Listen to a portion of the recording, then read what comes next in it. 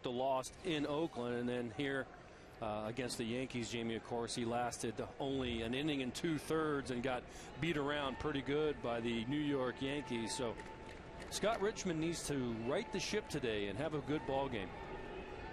First batter is Scott Podsednik, and that's a good start. Strike one for the Blue Jays wearing black against the White Sox wearing gray. Leadoff man Podsednik hitting .273.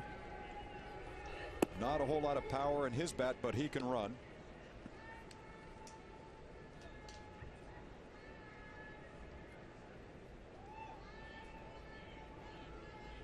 Richmond with a 1-1 inside. It was a troublesome start, as you touched on Tuesday, for Scott. The shortest big league outing of his career. He lasted just an inning and 2/3 against the Yankees, allowing 5 runs on 7 hits. And he misses 3-1 here to the leadoff hitter. And that's what he was doing against the Yankees, is that he was falling behind in the count and having to use fastballs and hitters counts. 3-1. I'm sure he's going to throw a heater here. But the deal with Scott Richmond, Jamie, is in spring training, his best controllable pitch has been the slider, or his go-to pitch has been that particular breaking ball. And when the season started, Rod Barajas said that this thing started clicking. He started throwing his fastball for strikes more often. And really, if you can't throw a fastball for a strike when you want, you're in trouble, or you're a AAA pitcher. And that's when he made the turn, and he's been able to come up and fill in nicely here in this rotation. Like we said, he won the first 4, or won 4 games out of his first 5 starts, and then the last 2 haven't been as good. Raul Chavez behind the plate, and a chopper to Roland. He throws to first to get Podsednik, 1 away. So what's your scouting report on number 48? They'll right the ship. We've been talking about that. 0-2. A lot of competition for these spots here in the Jays rotation right now, with a lot of guys starting to get healthy and some guys that are down in the minor leagues wanting to come up. So he needs to right the ship. Fastball for strikes. Like I said, he's got to have a reliable pitch other than the slider for strikes. And, of course, the slider is his go-to pitch. And you'll see today, if he's doing well, you're going to see a lot of sliders to right-handed batters. He gets a cut there from the number 2 hitter, Jason Nix, who makes the start today. Brent Lillibridge is the odd man out. Ozzie Guillen playing with a short bench, just 3 players, as Carlos Quentin has had to go back to Chicago early to tend to a sore heel. So here's Nix, 0-1, and that's inside 1 ball and 1 strike.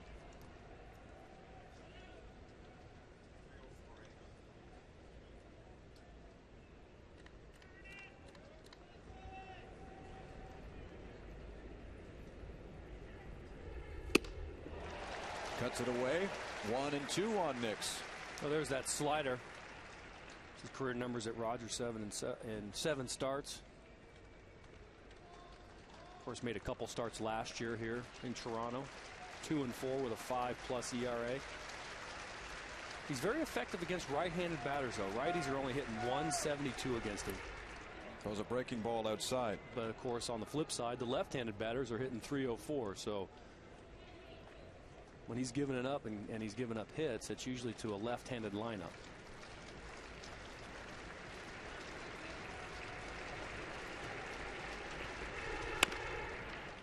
Bouncer for Scutaro. Nice to see him in the lineup. And Nix is gone.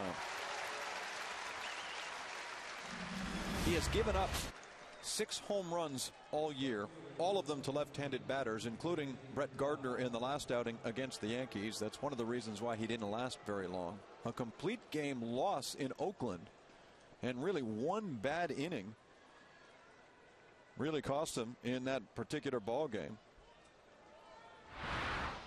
He gave up 5 runs on 6 hits in the 2nd inning, and was for the most part perfect the rest of the way.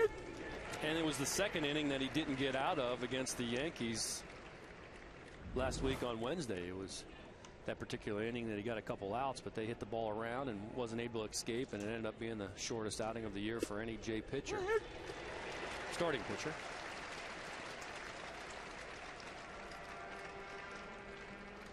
So here's Jermaine Dye. the right-handed hitting right fielder. No balls, 2 strikes. The kick and the pitch from Richmond up high. His trouble has been with the lefties, and there's a good one on deck in Jim Thome. So Richmond would surely like to get Dye here and have Thome come up next inning with nobody on.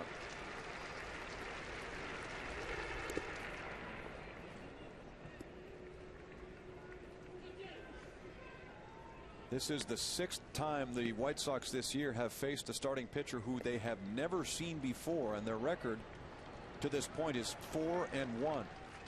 They've lost 4 and won only 1 against pitchers they're not familiar with. 2-2 pitch fouled away. They lost to Brad Bergeson of the Baltimore Orioles. They lost to Brandon McCarthy, and they've lost in this series to 2 Blue Jays, Brett Cecil and Robert Ray. Well, I think that's typical for any big league team. When it's a rookie pitcher out there and hitters don't know what to expect, advantage pitcher. So that would be advantage Richmond. A weak ground ball for Scudero, and here's a good start for Scott. He gets a 1-2-3 first inning.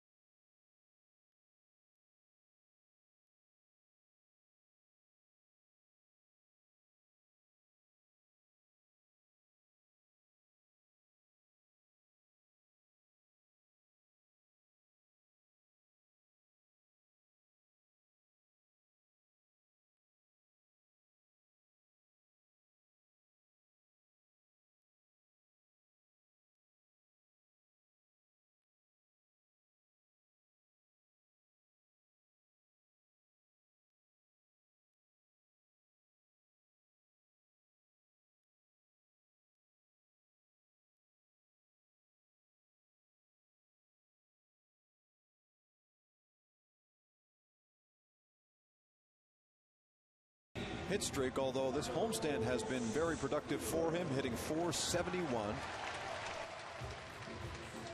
This would be the left-handed lineup with people like Kevin Millar getting the start at first base. Jose Bautista is the DH, batting 9th, because there is a left-hander on the hill, and his name is Clayton Richard. Clayton Richard making his 2nd start of the season for the Chicago White Sox. A guy that was in the pen most of the year this year. Early part, guy that in spring training had a chance to make the rotation, but got beat out by a couple of veterans. Jose Contreras came back and appeared to be healthy. Bartolo Colon was a late free agent signing, so this guy goes back to the pen. But now he's going to get some starts now, knowing that Jose Contreras was sent out back to AAA.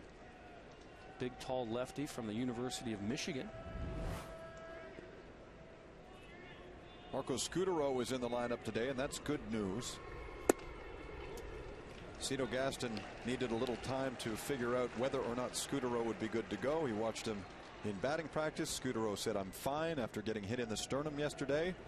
And he's got a 3-0 count here. Richard gets a strike. What a job Scudero has done for this ball club early. He's having himself a nice homestand too. 7 hits and 21 at bats. And he has now drawn a walk 19 times this year to lead off an inning.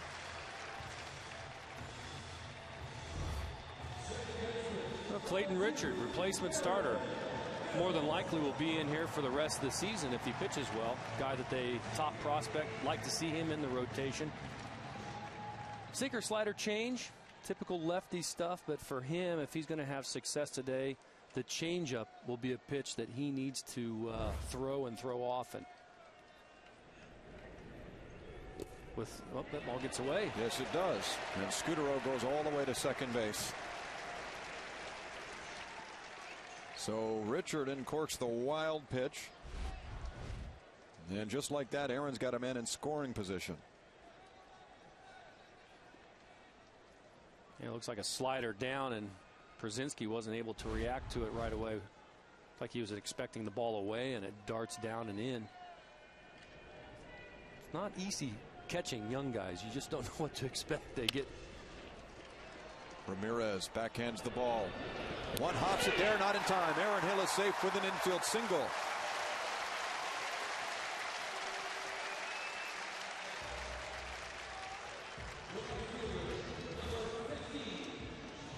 There's a defense for Ozzie Guillen today.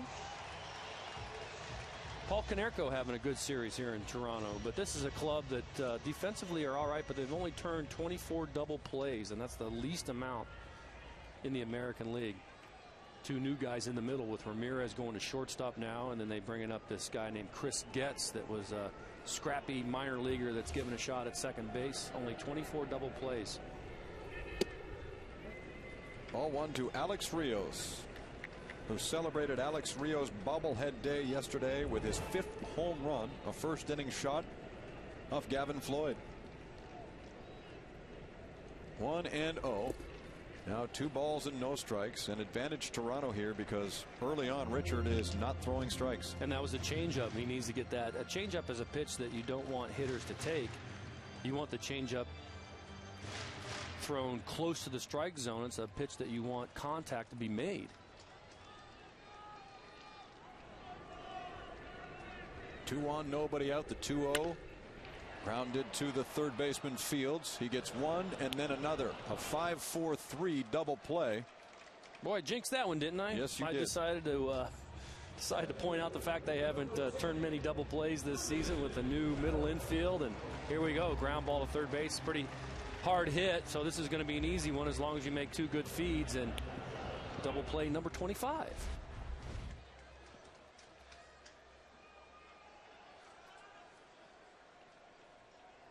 So Vernon Wells then with a runner at third and 2 out.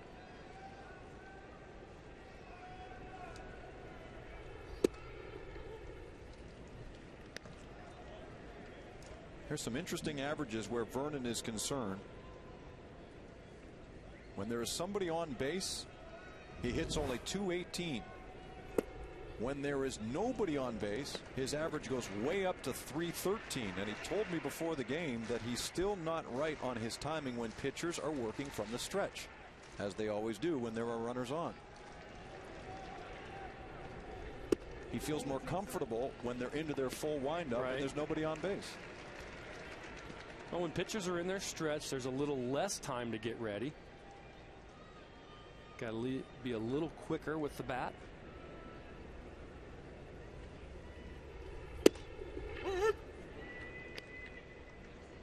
And there's a rhythm between the pitcher and the hitter. I always call it like a dance. As soon as the pitcher starts to do something, the hitter should start doing something, and the timing's got to be just right. Ball 4. Richard has walked his second man.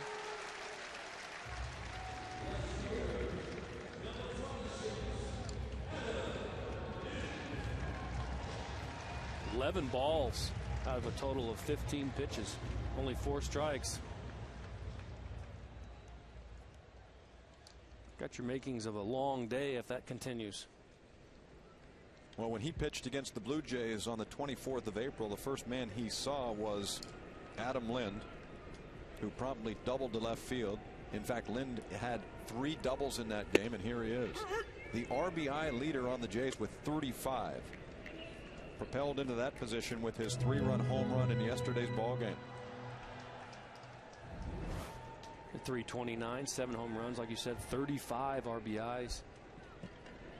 Having a great start out of that DH slot. Now he's playing some left field. And he really is the thinking man's DH. He told us yesterday that facing Gavin Floyd, he knew that Floyd had been throwing a lot of first pitch fastballs. So he was looking for one, and a 2-seamer ran back over the plate, and he knocked it out of the park.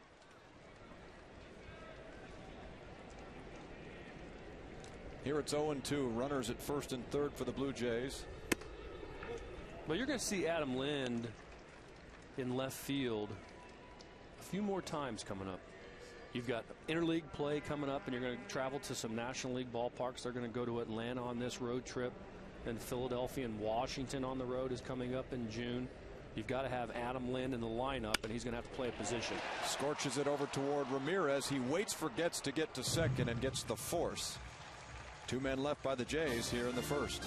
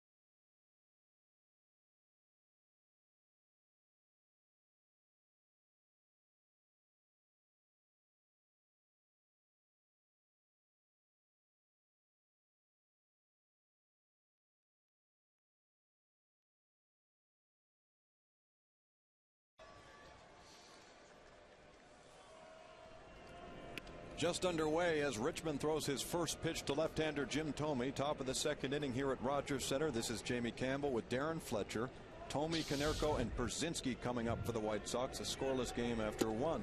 And this is where Scott Richmond needs to be careful. He's allowed 6 home runs this year, all to left-handed hitters. And this guy's had, well, he's hit a few in his career. Yeah, he's got 6 this year. Going to make his way to 600, I'm sure. And also, Jamie, this is that inning, too, in the last 2 starts that has gotten him. Second inning in Oakland, second inning here against the Yankees. He had some trouble. Ooh. Looked a little high, but it goes as a strike. 3-1.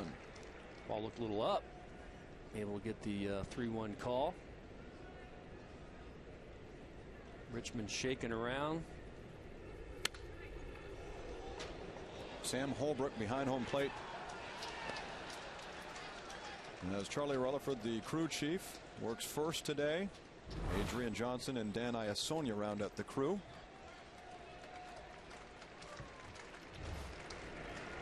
The 3-2 pitch on the ground, and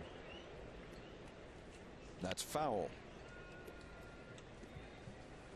Well, you can tell what a guy likes to throw when it's 3-2. You can tell what his best pitch is if he continually throws that pitch on 3-2. And there's that slider, so you can tell it's his go-to pitch. Sinker in. And ball 4.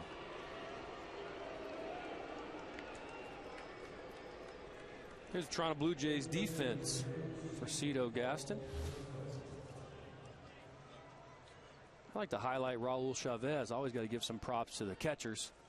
Where would the Jays be without Raul Chavez right now? If he would have refused an assignment to the minor leagues out of spring training, you would have had a rookie guy come up here with the injury to Michael Barrett. So he's been a big addition for the Jays. And he had that opportunity, as you pointed out.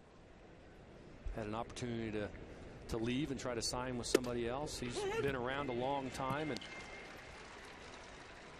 as Cito Gaston told him near the final days of spring training, I'd like to keep both you and Barrett, but I can't.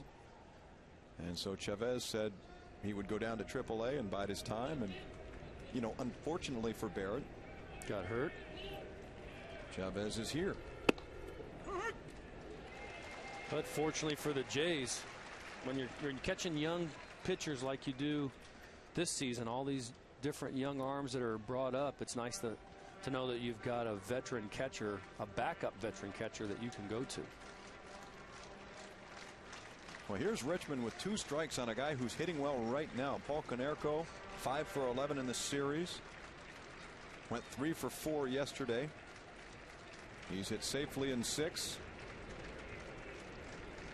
Big power hitter, and he swings at that one, striking out. Richmond's got his first K of the afternoon.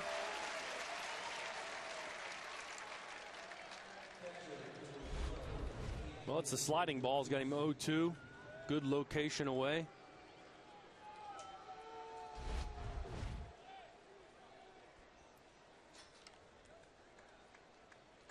And so with Tomey at first, 1 away, catcher A.J. Przinsky is back as the starter for the White Sox.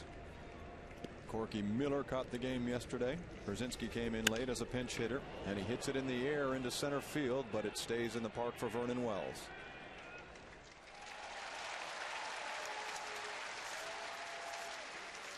Scott Richmond is part of a surprisingly good rotation.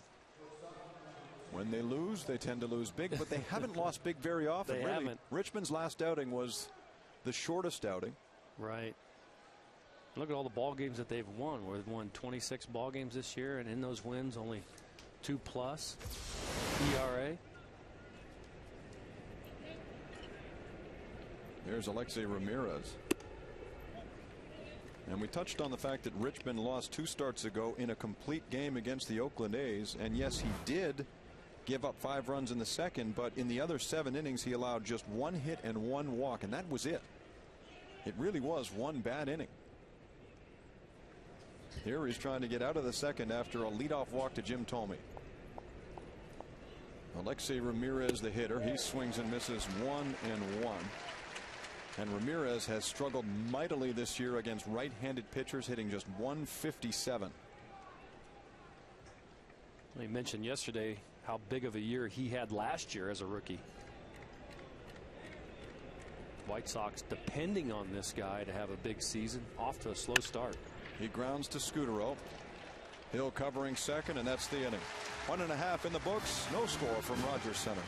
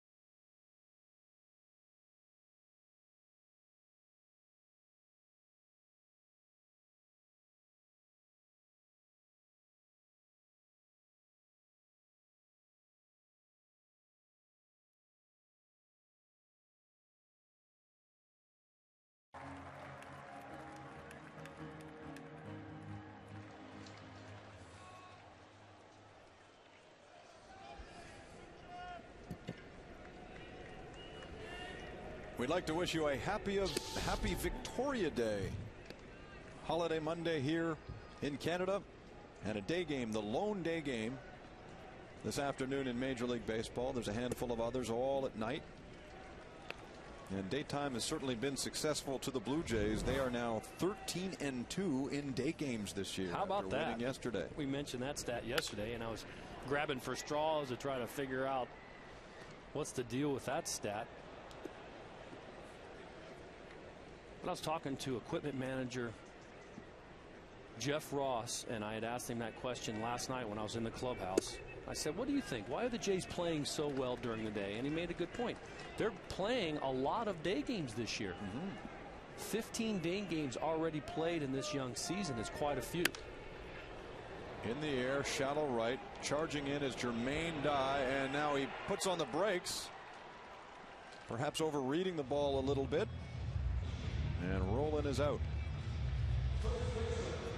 Well, Ladies Night has been a very successful promotion here at Rogers Center. The next one is June 25th. The Cincinnati Reds will be here.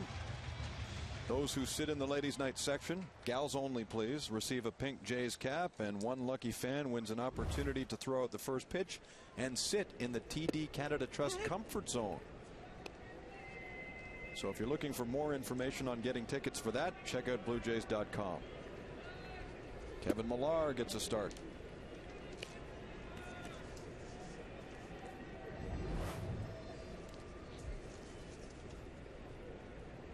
Richard deals. The left-hander works inside, 2-1. Richard, one of the prospects for the White Sox, a 25-year-old from Lafayette, Indiana. And an 8th round pick in 05 out of the University of Michigan, as you Big Ten mentioned. School. And he's actually near me, too, in Lafayette, Indiana. I'm only 45 minutes away from there. This ball is hit well to left field. Millar has gotten under that one, and it is gone.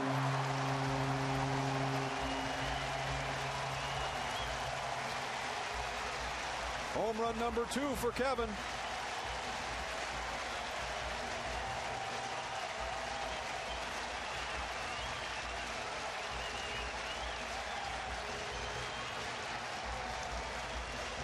It was the home run that got the Jays excited yesterday afternoon.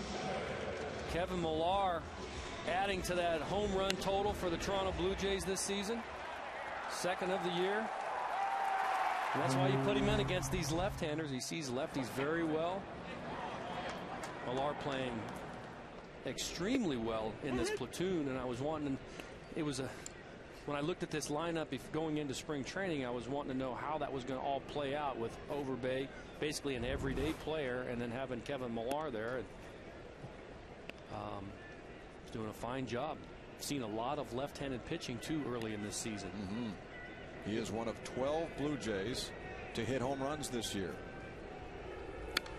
The only 2 who haven't are John McDonald, who's on the bench, and the man at the plate right now, Raul Chavez.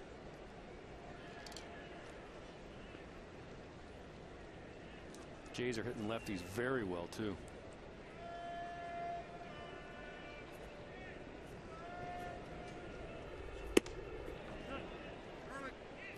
He went around, and so Chavez strikes out.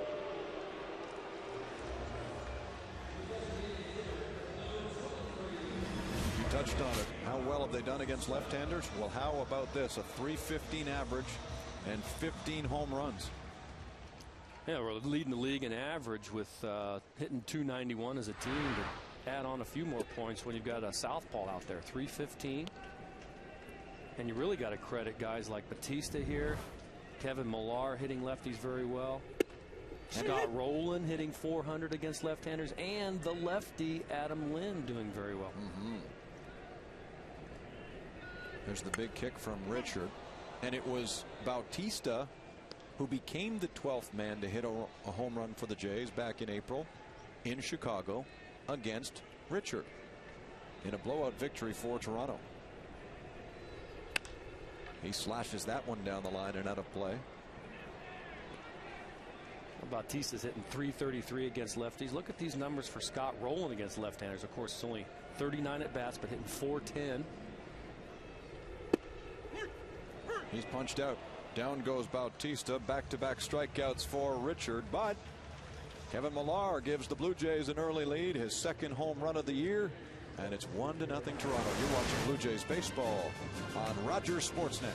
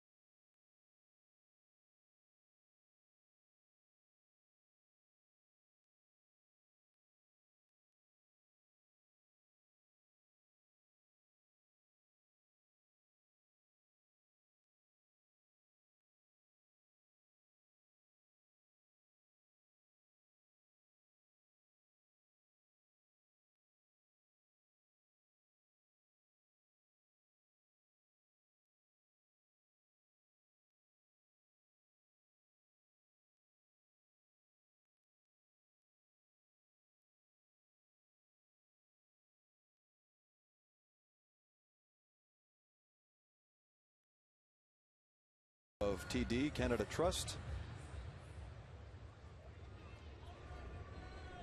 You got to stay off those blackberries down there. You never know when there's a foul ball coming your way. Top of third inning here. Chris Getz, the second baseman.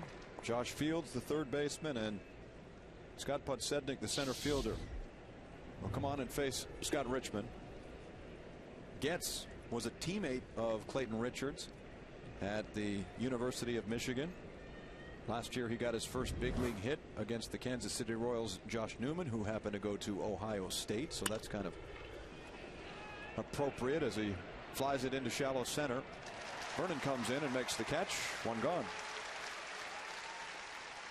Well, Vernon Wells has been to his share of all-star games. Time for you to vote for your favorite Blue Jay. You can do it right now at BlueJays.com. Vote early and vote often.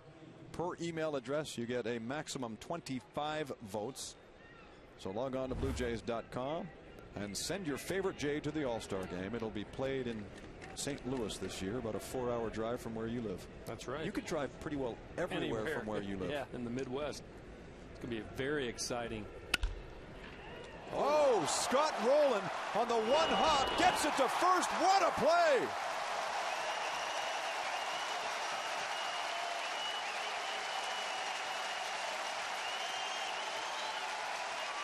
Even he's smiling. Keep on rocking, rolling. We have seen this a couple times this homestand where he's been able to lay out on some balls. And what's impressive about Scotty Rowland is after he goes down on his knees to pick the baseball and is laid out, he's able to get up quickly or even throw from his knees a perfect strike to first base. Incredible as Podsednik slashes the ball to left center field. Quickly, Vernon tries to get over and cut it off, but it's up against the wall, and now Podsednik stretches for third. He's there easily with a triple.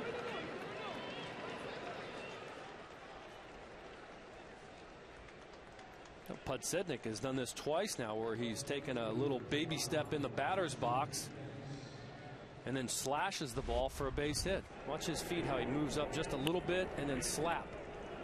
This one here gets by Vernon Wells, and once it gets by him with the wheels that Podsednik has got, it's an easy triple.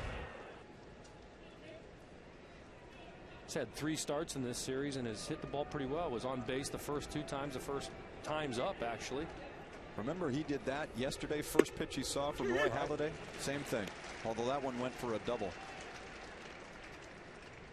Little shuffle step up in the box and then slap down on it. How big is that play by Scott Rowland at third base, taking that base hit away after that? Pretty big now, 2 out, and Jason Nix, who came up for the first time in the major leagues last year with Colorado. Once upon a time a first-round supplemental pick by the Rockies, but he signed with the White Sox as a free agent in the offseason. 1 ball and 1 strike. Richmond with a big curveball that goes for strike 2. He'll throw that now and again. Basically the slider, like we say, but he'll drop in the bigger breaking ball, the curve, on occasion to get a quick strike.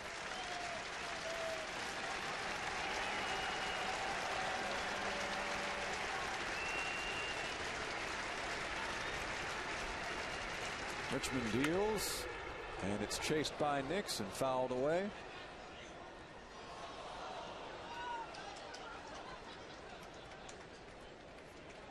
You can see Raul Chavez working Scott Richmond, trying to change the eye level of the hitter. Fastball up high.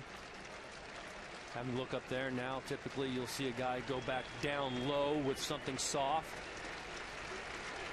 Breaking ball away, and he got him. He strikes out Nix with Podsednik at third.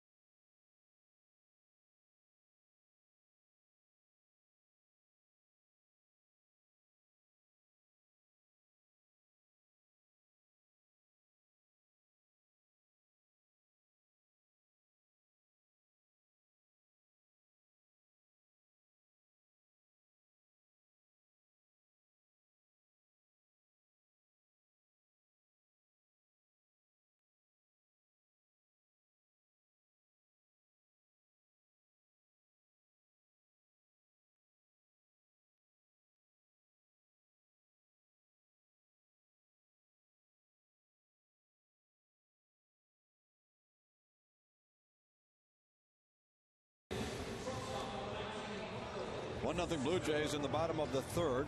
Scudero, Hill, and Rios, the top 3 in the order, coming in to face Clayton Richard. Scudero swinging and fouls it away. The 33-year-old from San Felipe in Venezuela missed about half a game yesterday after he took a throw from Corky Miller in the chest, and luckily misses no more than that. Back in the lineup and leading off. Ball 1 from Richard. Scudero drew a walk in the first inning, advanced to second on a wild pitch. The Blue Jays had an opportunity to get a run or two in that inning. They had first and second, nobody out, but Alex Rios hit into a double play ball. 1-0 on the strength of Kevin Millar's second home run.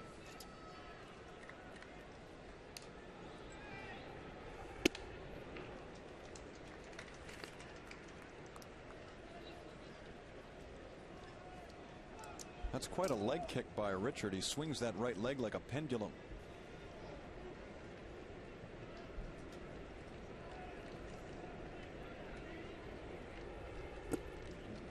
Three and two. Yeah, that is. He kind of kicks it back a bit and then swings it real high. He's a tall kid and he's got a 3/4 delivery. Basically away, though. A lot of sinkers away, and like I said, he needs to have his changeup to be effective against the right-handed batter. Drilled by Scudero to left center field. Podsednik over, and he drops the ball. He heard the footsteps of Jason Nix, and now Scudero's heading for third. Ramirez, the relay, not in time. He is there.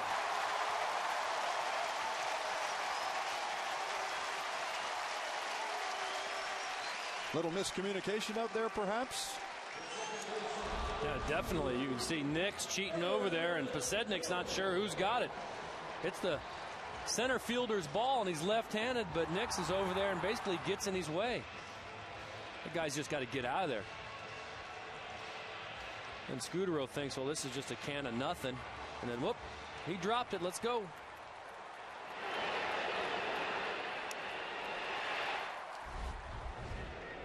Well, it has scored a triple. A triple, really? Mm-hmm. Not an error. Not an error. That's a peach. Interesting call. That is. That's okay. They just changed it. As Hill flies deep to center field, and this is enough to cash Scudero. 2-0 Toronto.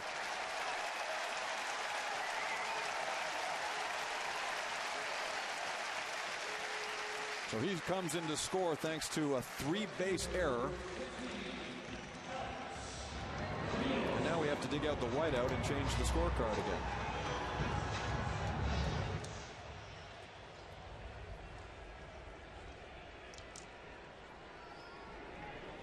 Alex Rios. One gone, bases clear. Well, the White Sox have already lost 9 games straight here at Rogers Center, and if you've got any chance at all to win ball games, you've got to make the routine play. And that fly ball by Marco Scudero was a can of corn. It should have been an easy play, but things here in Chicago are not going well. Of course, they won the American League Central last year, made it to the playoffs, starting off slow this year. Bats are not heating up yet. Rios hits it to left field. Nix is in. Rios is out. 2 away. And it is now time for a Fast Fact brought to you by Rogers High-Speed Internet. The fastest and most reliable, period. Did you know that during this homestand, 9 Blue Jay hitters have driven in at least 1 run? That's called a balanced offense.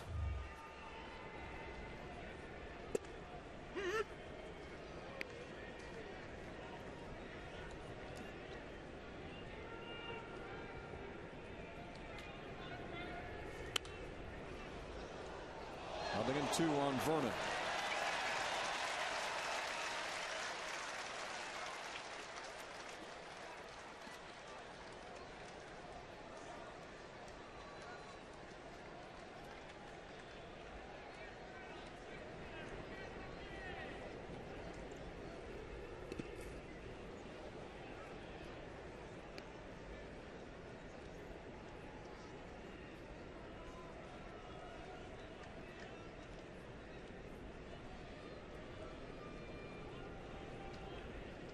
Richard the kick and the pitch. 2 balls and 2 strikes.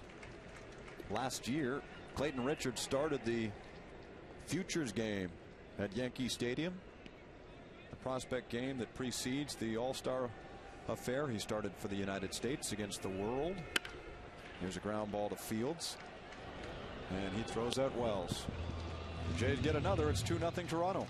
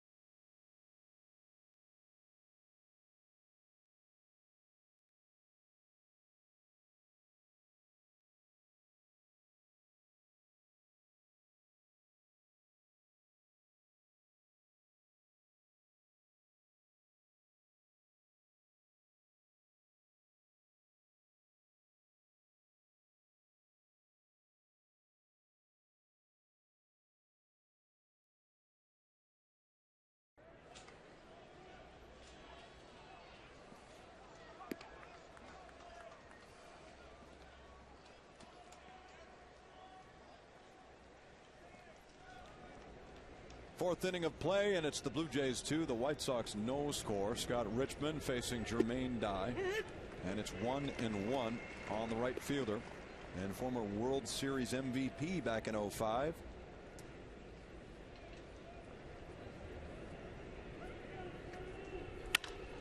Dye on the ground, backhanded by Scutaro. He's got a long throw here, hustles it to the bag and gets him by a step. Nice play, Marco.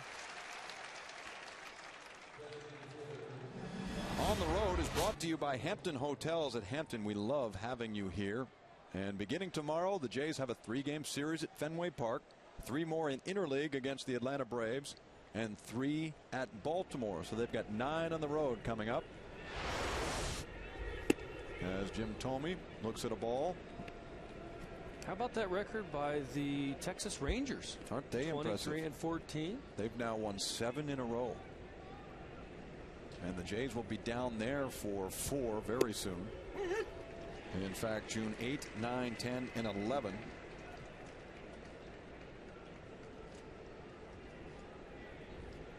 One and one on Thome. Did he offer? Yes, he did. So the appeal goes in favor of the Blue Jays.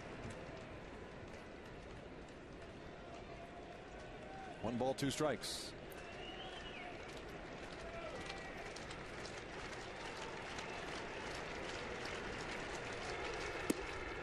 Thome is one of only 6 active players to reach 1,500 career RBIs. He did that with a 3 RBI game down in Texas on the 1st of May. Here he is, 2-2, in at the knees, 3 balls and 2 strikes. Thome, the only man walked by Scott Richmond today.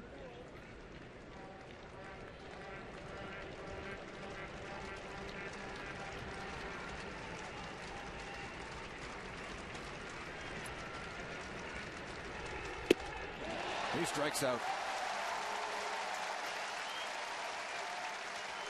Richmond just blows it right past him with a 92-mile-an-hour heater. He's been using a few breaking balls today and some fastballs. This is a 2-seamer that looks like it tails back just a hair and fools Jim Thome. I think it was going to be a strike even if he doesn't have a check swing at it. But Jamie, is it a situation here in Toronto now, if you have one bad outing, are you packing your bags for Vegas? You cannot underestimate the importance of this outing for Scott Richmond. Well, not saying for him, but just the general feeling anybody on the rotation, knowing that you're young and you've got so many guys that are healthy now in AAA and other guys coming back. It's really created this atmosphere of competition where every time out, if it doesn't turn out great, if I have a bad outing, I'm thinking in my head they might send me back down to Vegas. Yeah, everybody except the guy who pitched yesterday. Right. Obviously. But you make a great point. Richmond is the most experienced of most of the starters, and even at that, he's still a 29-year-old rookie.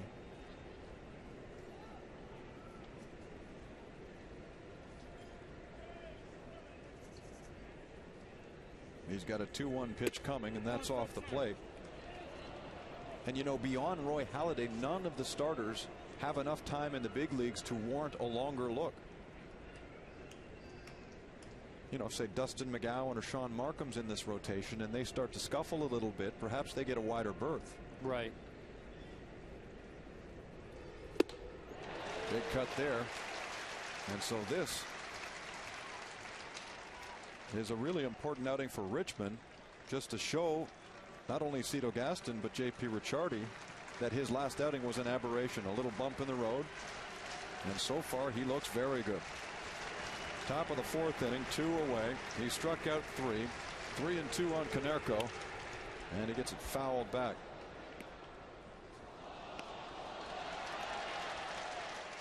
Of course, Richmond was the American League Rookie of the Month for April when he went 4-0 with a 2.67. But in 2 starts since, he's allowed 10 earned runs.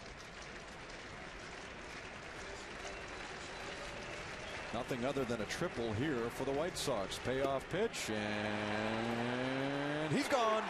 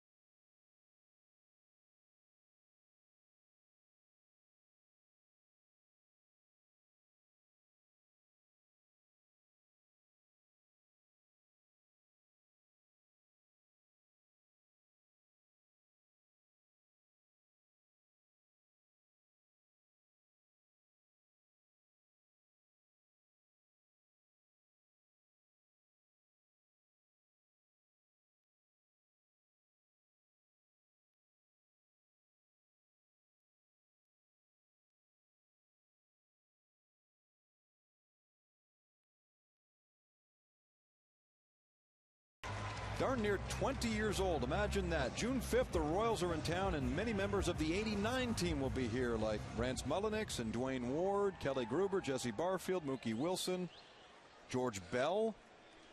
Tickets can be bought by logging on to BlueJays.com. You can find more information on the event at BlueJays.com/1989. I thought that was interesting yesterday when you said it was Gary Sheffield, a player that's still active now. They got the first RBI in this ballpark. It is interesting. 20 years ago, the Sky Dome. Pretty tough to get a ticket back then. There's Lynn striking out, and the way the Blue Jays are playing these days, it might soon be tough to get a ticket here.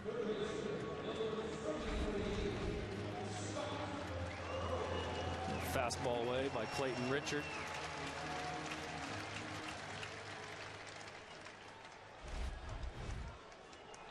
That brings up Scott Rowland, who flied out to right field in the second inning. He slashes it down the line, and that ball is just out of play. Well, as part of the celebration of 20 years at Rogers Center, Ontario Power Authority will give away 10,000 replicas of the Rogers Center to fans entering the game on Sunday, June 7th against the Royals. Isn't that interesting? It's about the size of a baseball. Cool. I had one in my hand today. It was heavy, almost like a paperweight. It's a nice little keepsake. I was a bit surprised when I came to the ballpark today and the top was still on here. It's a sunny day here on Victoria Day in Toronto. A little cool, though. Line to left field. There's Nix. And Rowland's gone for the second out. You'll see more and more of the roof opening when they get back from this 9-game road trip they're going on. And face the Boston Red Sox beginning on the 29th of May. That's a Friday night. That's interesting to note whether there's the top still on, even though it's a sunny day today here. But here's Millar. Popping this one into right field. On comes Dye, and that's a fair ball. He trapped it, and now Millar jumps back to first. Tried to sell it as a catch, but that clearly hit the turf. And so Kevin is 2 for 2. Well, Kevin Millar is a notorious pull hitter, so Jermaine Dye in right field is playing the gap, and he's kind of come a long way to be able to make this grab, and it short hops him. Ball definitely in play. He tries to sell it like he caught it, but he did not. That ball is short hop and trapped. Millar's not quite sure if he put this in play or not. He's carrying his bat halfway down.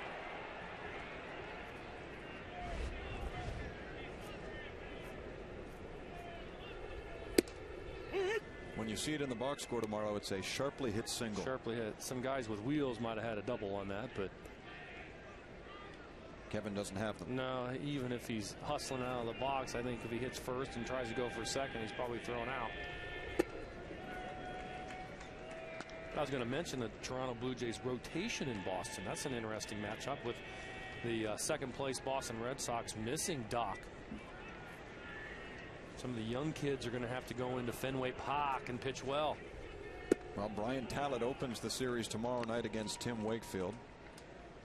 And then Wednesday's matchup has Brett Cecil against Brad Penny. Robert Ray on Thursday against John Lester.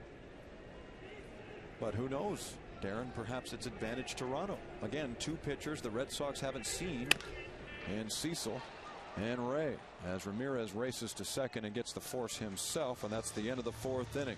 Here in Toronto, it's 2-0 for the Jays.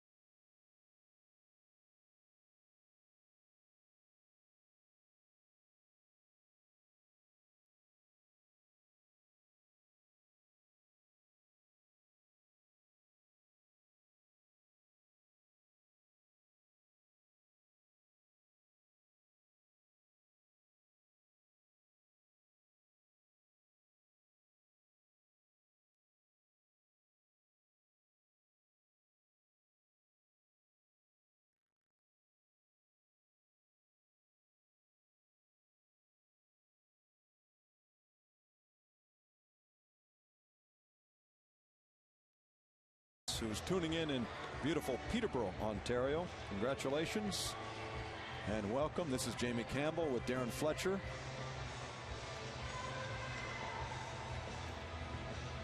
The loudspeakers here are playing a little Rush, and they just flashed Geddy Lee up on the big screen. There's Geddy above the M of the Mr. Sub. Nice to see him in the ballpark. And he's watching a good one too. It's the Blue Jays leading the White Sox 2-0. A.J. Pierzynski, the batter for Chicago. This is the final time the White Sox will play the Blue Jays this year, and they'll be happy to get out of town. Toronto won 2 of 3 in the series in April at U.S. Cellular Field, and they've already won the first 3 here.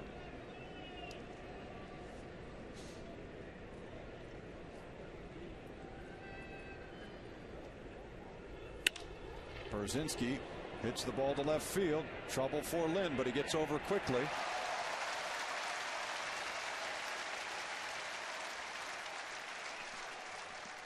Well, if you take a look at the last 9 meetings of the Chicago White Sox here at Rogers Center, look at the numbers. What's striking to me, Chicago White Sox average only 159 in 9 ball games. Not a whole lot of hitting. That is a big reason why you see a big goose egg here in the White Sox column when it comes to wins. It's surprising that this White Sox team, one that led the major leagues in home runs last year, can't hit more home runs in this building. But what it tells you is that they've run up against good pitching.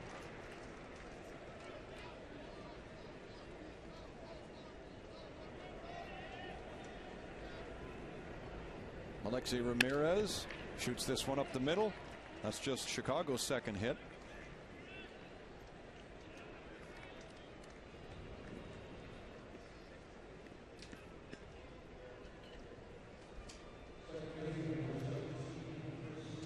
Well, you make the point about the Chicago White Sox team, and it always comes up when you talk about this club, is the fact that they hit home runs and they sit back and are a classic American League team, which they wait for the 3-run home run. Ozzie Guillen, of course, it's kind of funny, is that he was the type of guy that was a bunter, a scrapper, a base stealer, a situational hitter, and he's the manager of a team that doesn't do a whole lot of that. Sit back and hit the home run.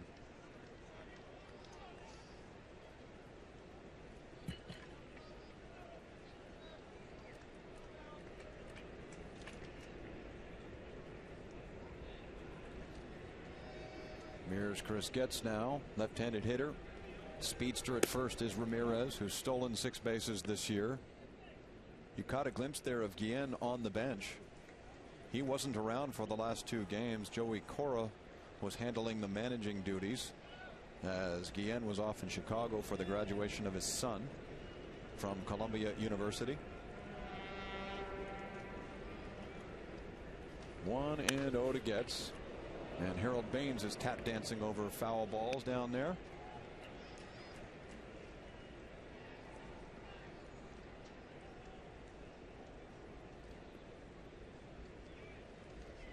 Scott Richmond, born in Vancouver, lives now in the offseason in Langley. Really invested in being a pitcher with the Blue Jays in the offseason, going down to California and working out extensively with a personal trainer in the offseason. Gets a breaking ball over and it's fouled away. He knew he had a chance to be in the rotation this year and took it very, very seriously. Spent about 2 weeks with Team Canada at the World Baseball Classic and didn't throw other than a spring game against the Blue Jays. Never got a chance to pitch in the Classic itself.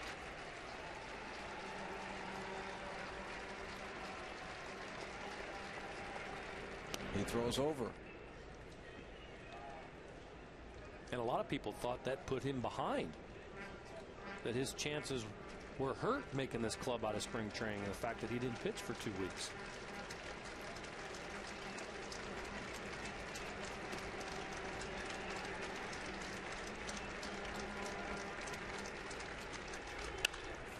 Golfed again, foul. And that may have been so, but he got things started oh so well, winning 4 of his first 5 starts. And I heard the theory suggested, I believe from Aaron Hill yesterday, that one of the reasons these kids are coming up with really mediocre numbers in the minors but good numbers here in the major leagues is that they're watching Roy Halladay. As that's rolled foul. You know, they're down in the minor leagues, hoping to get a shot here. Up comes Robert Ray. Up comes Brett Cecil. They're put in a more important situation. They get a chance to watch how this guy prepares. Yes. And they go out and perhaps have a little more confidence. Emulate him, but also the guy to Doc's right here. Brad Arnsberg has been a big part of this. Him along with Pappy, Bruce Walton, the bullpen coach. They've got a great program for these pitchers. They spend hours and hours in video going over the scouting reports, making sure that these guys are on the same page when it comes to pitching to lineups. 1-2. Throw down from Chavez. And Ramirez scampers back. That's what you're going to get with Raul Chavez when he gets a chance behind the plate. You're going to see him throw the ball around. If you fall asleep out on the base paths, he's going to give you a snap throw.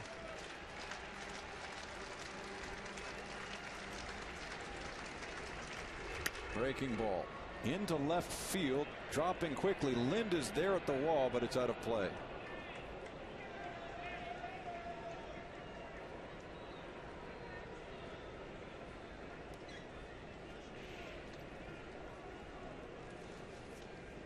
Adam must feel good about getting a start in left. Just his third of the year, in fact. Like I said, he's going to get a few more, too. Definitely going to start all 3 ball games in Atlanta.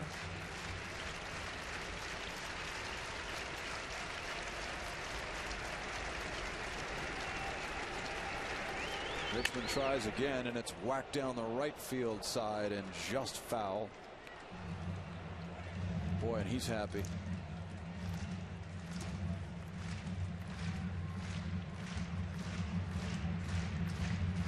So Getz is turning into a tough customer here. Top of the 5th inning. The Blue Jays up 2-0. Ramirez at first, 1 away.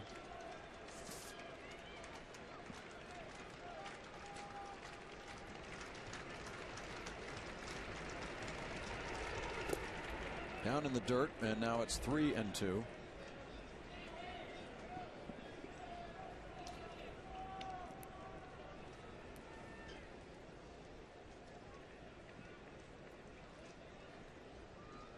As a former catcher, I call this the action pitch. 3-2. Speedy guy on first base. Ramirez, he's going to go with the pitch. Something's going to happen here. He's off and running. Getz flies it into shallow right field. And now Rios backs up, puts it away for out number 2.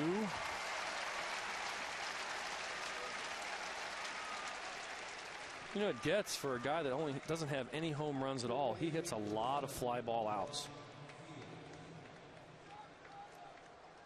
Got to hit the ball on the ground. Start swinging down, the average will go up.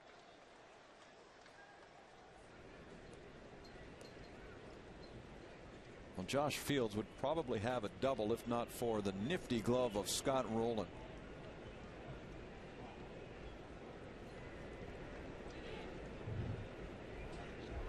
Rowland made a stab on a tough one-hopper in the 3rd that earned him a huge ovation from the crowd here at Rogers Center.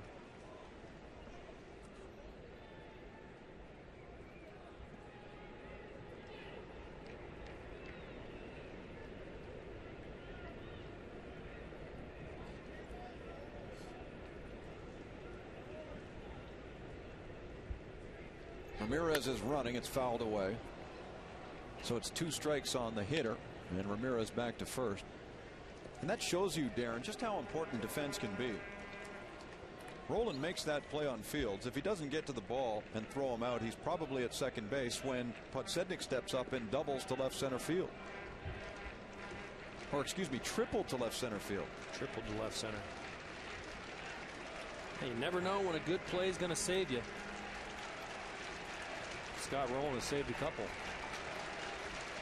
0-2 on Fields. The pitch from Richmond taken foul.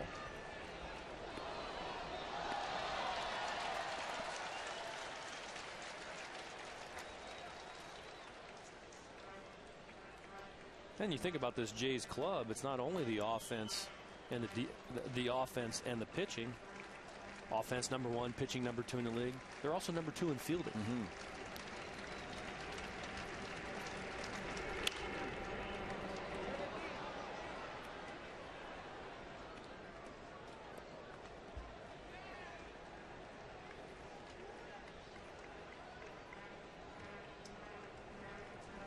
Scott Richmond ahead in the count a lot early in this ball game. Top of the 5th. You're seeing a lot of 0-2 counts, 1-2. Attacking the strike zone in this outing, not falling behind the count, using other pitches other than the slider all the time. Gets him to pop up here. Hill sees it. He settles under the ball. And that's the 3rd out. A hit for the White Sox, nothing more. They're down 2-0.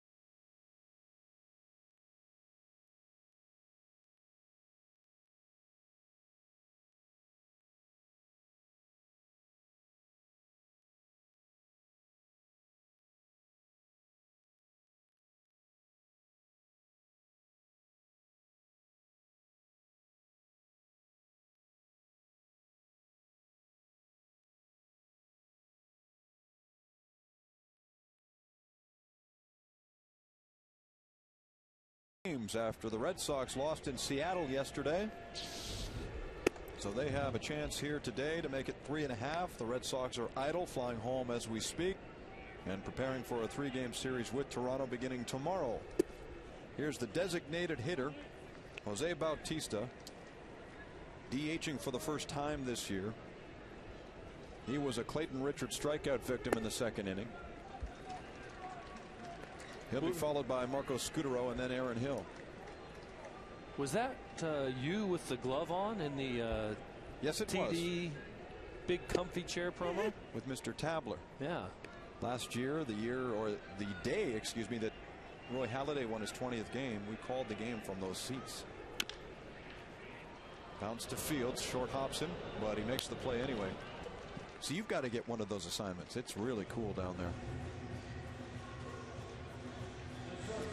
Hey, you know, the Red Sox are coming to town, as mentioned, a week from this Friday, and you're best advised, if you're thinking about coming down to the series, to perhaps buy your tickets in advance. There have been some long lines at the box office the last little while. Yesterday, there were still a lot of people trying to get in around the 4th and 5th innings, so you can get them on the internet at BlueJays.com. Call the ticket office as we look at the probables for the upcoming series that begins tomorrow.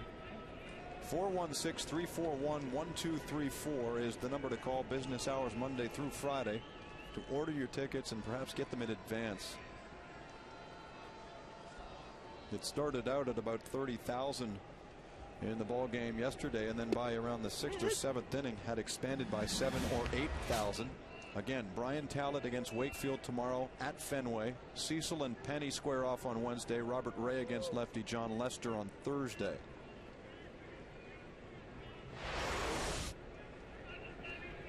One and one to Scutaro.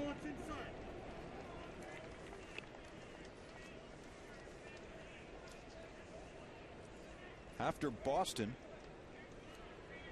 the Blue Jays head off to Atlanta. Roy Halladay opens that series Friday night.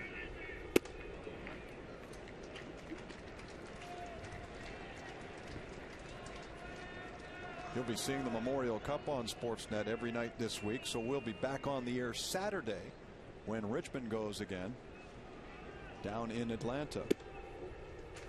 Ball 4 to Scudero. He's now reached all 3 times. Twice by way of the walk, and the last time after an error by center fielder Scott Podsednik.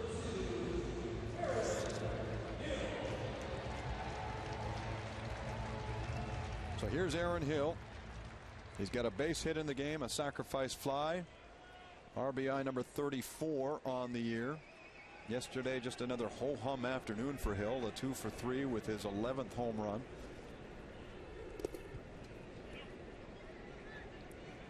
And there's a good idea. A changeup in the dirt on the first pitch. You were talking all series long about how you just don't offer this guy a fastball. Yeah, it's been rather ho-hum kind of year for Aaron Hill. It's just another day at the ballpark, couple more hits, home run. And this Blue Jay high octane offense off to a great start. Quick step to the plate, grounded foul. He is easily on pace to shatter his single season 17 home run year. That was 2007. In fact, the most by a Blue Jays second baseman in a single year. It ties Roberto Alomar's 17 from 93. So assuming he stays healthy, and our good friend Scott Carson has projected 45 home runs. That might be a little unreasonable at this point, but now the key for me is health, staying healthy. And when I think about the 09 Jays compared to the 08 Jays, the 09 Jays are healthy. Last year you had Wells hurt, you had Hill out for an extended period of time, Overbay, Scott Rowland. And everyone's saying, well, what happened to the offense last year? Why are they so much better this year? So, well, they're finally they're healthy. All the engine's firing all cylinders. First pitch fastball up and over the plate. Bobby Jenks watched it sail. And that's his 11th of the year, on his way to 45 this season. Wouldn't that be something? As soon as I mentioned that Scott Carson projected 45, he dropped a calculator in front of me to say, hey, I'm just doing the numbers here. This is what he's on pace for.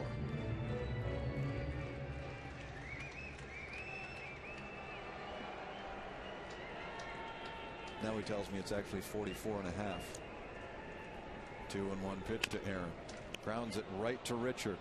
He throws to Ramirez. It looks a little awkward, and it turns out as a double play anyway.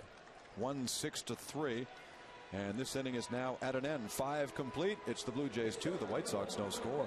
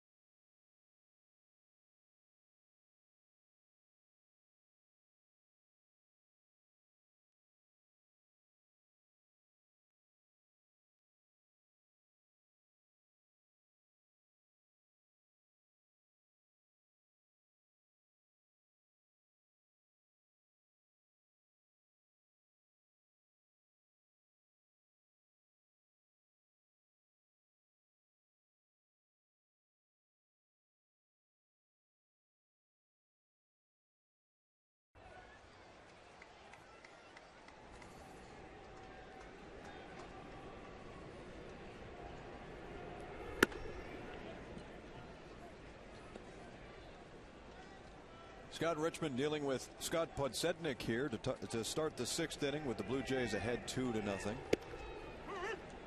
1 ball and 1 strike on the leadoff man for the White Sox. This is a big inning for Scott Richmond.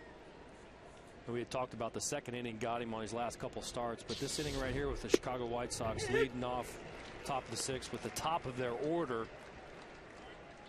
Sox have been held down quite a bit this series, only scoring 6 runs in 32 innings, and this offense is too good to be held down this long. He's got to remain strong and focused with the top of the order up here. Richmond's trying to follow a great outing yesterday by Roy Halladay, who won his 8th game in his first 9 starts. Swing and a miss. He strikes out Podsednik. Well, it's a good way to start. Get the first guy out of every inning. You got a chance to blow through the inning well. There's that cutter down and in, and Podsednik really takes a weak hack at it. The only other Blue Jay to win 8 of his first 9 was Roger Clemens. So Halladay's off to a terrific start. And Richmond here faces Jason Nix. There are some good pitchers ready and certainly healthy enough to come up from the minor leagues. Casey Jansen made his 2nd start last night with AA New Hampshire. He went 5 2/3, allowed 5 hits, did not give up a run, as Nix pops this one up way up there. Chavez over, and it's out of play. So in 5 starts in the minor leagues, Jansen has now pitched to a 0.76 ERA in 5 starts. So certainly the starters after Halladay must feel a little bit of pressure, knowing that a bad outing here, a bad outing there, and they might be on their way to Vegas. That's golf to left field, and Nix has a base hit.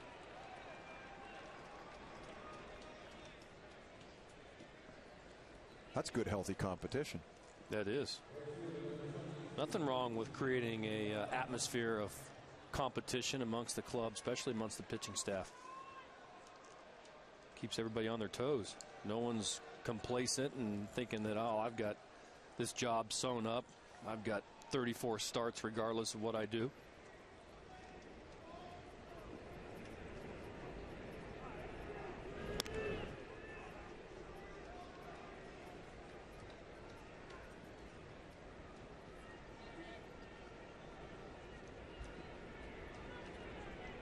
Dye is 0 for 2, grounding out twice to Scudero.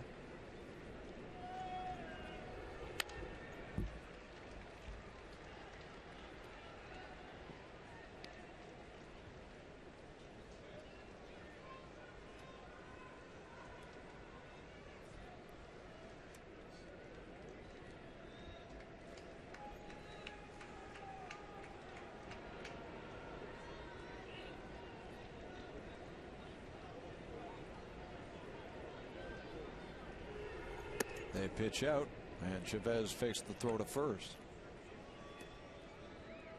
1 ball and 1 strike.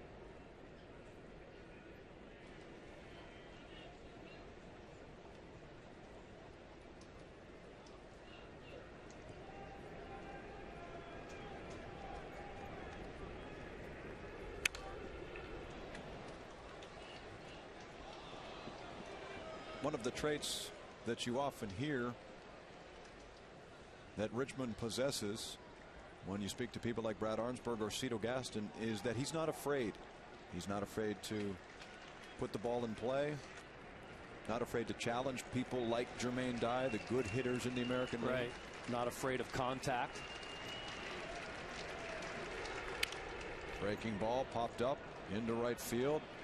Rios trots in, and that's the 2nd out. So as we look at the Fast Fact that is brought to you by Rogers High Speed Internet, the fastest and most reliable period, confidence is one of the reasons why starting pitchers this year have made 22 quality starts. That's #1 in the American League.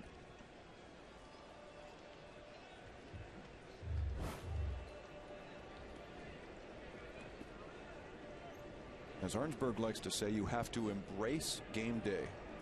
You cannot be apprehensive. Sure, you got to embrace it. Got to enjoy it. Certainly seems to. He gets a cut from Thome. He better bear down here. Jim Thome with 6 home runs. I guarantee you, Big Jim is going to try to take him deep right here if he gets a chance. If he gets his pitch, you'll see him swing out of his shoes. Runner breaks. Swung on and missed, strike 2. Chavez the throw, but it's dropped by Rolen. And now that ball's just sitting harmlessly on the turf, and Nix decides to stay put. Ozzie Guillen trying to get something going here, putting the runner in motion. Slides in safe. Now he's in scoring position. Maybe Jim Thome here with sitting 0-2. He's going to have to shorten up his swing some. Just a simple base hit will get the Sox on the board right now. So if you're catching Richmond, what do you think about throwing him down in a situation like this? Not a strike. 0-2. It's got to be in the dirt, way off the plate, way away. That's way in. And the book on Jim Thome is soft away early, something soft and away because he's looking fastball middle in, but late try to pound him with the fastball inside. Nix stole third on that play without a challenge. Here's the 1-2, and he swings and misses, striking out. Scott Richmond leaves another man at third. Still a 2-0 lead, Toronto.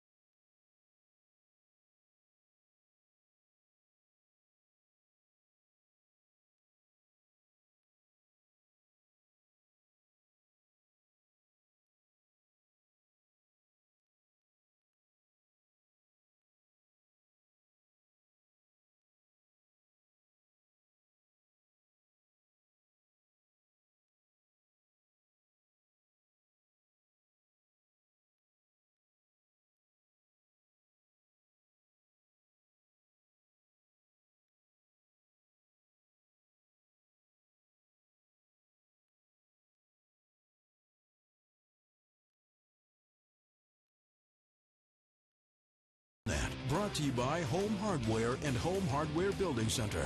Homeowners helping homeowners. A beautiful Victoria Day Monday, and the Blue Jays have won the first 3 of this series. Alex Rios pops it up very close to the White Sox dugout. And there is the first baseman, Konerko, putting him away. 1 pitch and 1 out here in the bottom of the 6th inning. Jamie Campbell is with Darren Fletcher today. Our Sportsnet.ca columnist Scott Carson is up in the booth as well. End of a homestand. 7 games in length. The Jays dropped 2 of 3 against the Yankees and have won the first 3 against Chicago. And we pulled out a fast fact a little while ago that stated 9 different players have RBIs in this homestand. Vernon Wells, the number 4 hitter, is not one of them. He and Chavez, McDonald, and Snyder are the only 4 positional players who have not driven in a run on this homestand. Wells is gone, 2 away.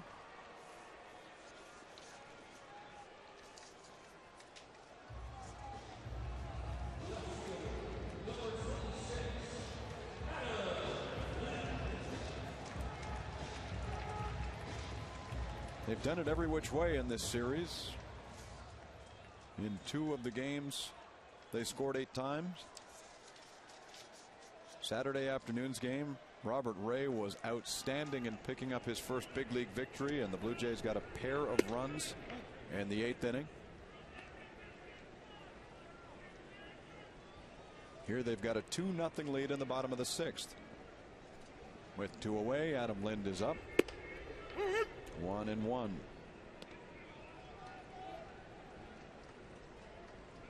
The Blue Jays that have been getting on base for Vernon Wells, if he hasn't been able to pick up, Adam Lind is the guy that's been picking him up for him.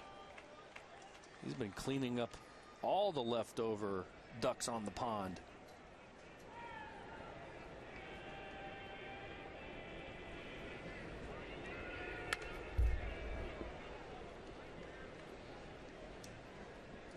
You know, there was a time last year when Lind thought he was going to have to prepare himself for a minor league career. The first time he came up with the Blue Jays, he got something like 19 at bats. He got exactly 1 hit, was promptly sent back down. And when he went down to Syracuse, he actually thought to himself that he might not actually be an everyday major leaguer. It goes through a lot of young players' heads. Grounds this ball to the second baseman Getz, who gets the out at first. A 1-2-3-6 for Richard.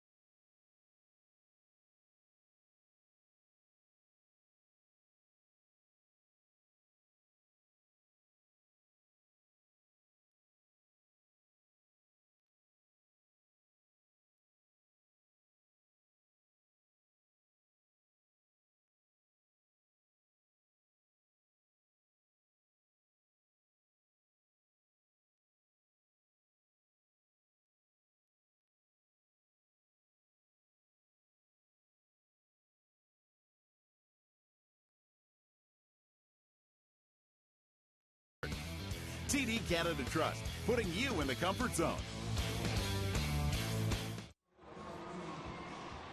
Richmond versus Richard. And through 6 innings, here's their line. Yeah, only 3 hits in 6 innings. Richard giving up the home run to Kevin Millar, and then was stung by the 3-base error out in the outfield that allowed Scudero to make it all the way to third base on a drop ball. Base hit left field. Paul Konerko's on. He's having a very good series. He is. Now 6-4-14.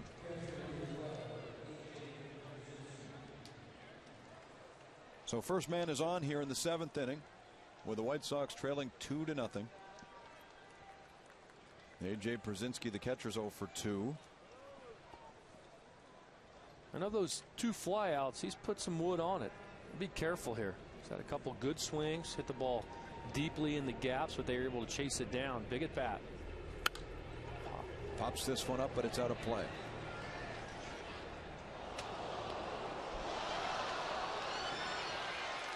Brzezinski's got sneaky pop. He's a big guy, but If he gets his pitch, he can hit it a long way.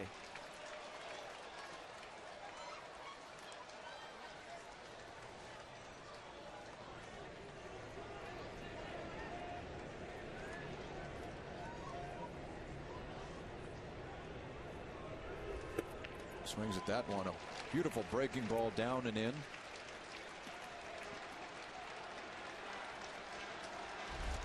The White Sox are trying to make something happen. They're being aggressive, but they're being aggressive with balls that are out of the strike zone. Scott Richmond throwing a lot of curveballs today. A bigger break on that pitch this afternoon.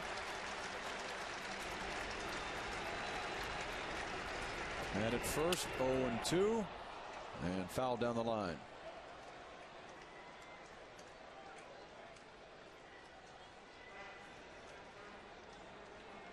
There's a big crack right on the handle, so Przinsky needs a new one.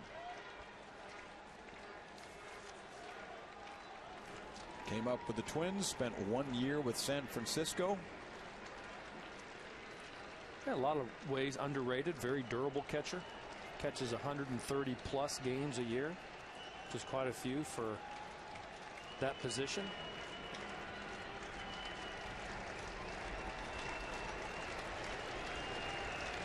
The 0-2. He reaches for it. There's Rowland. There's Hill. And not a time to first.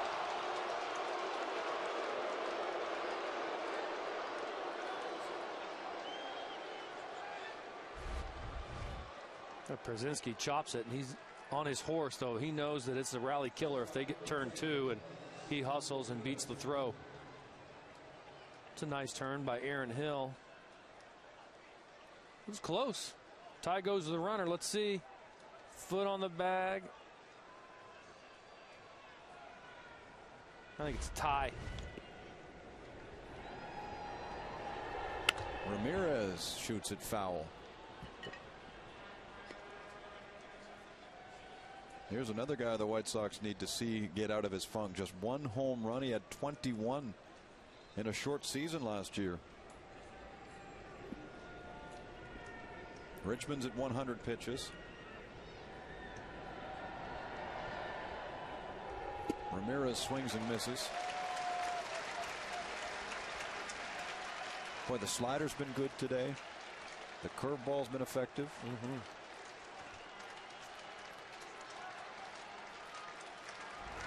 Jesse Carlson is starting to warm up.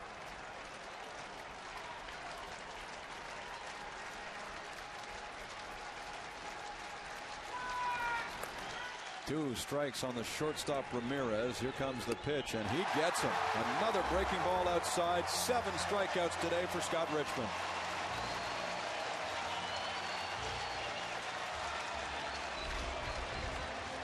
I'll talk about riding the ship after a couple of bad starts.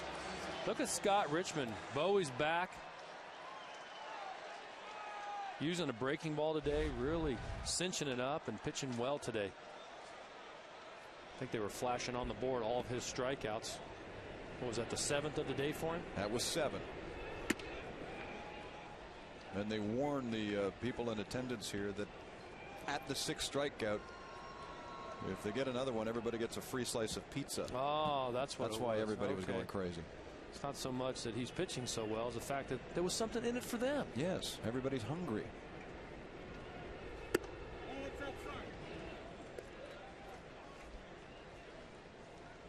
It really shows a lot of what kind of guy Richmond is.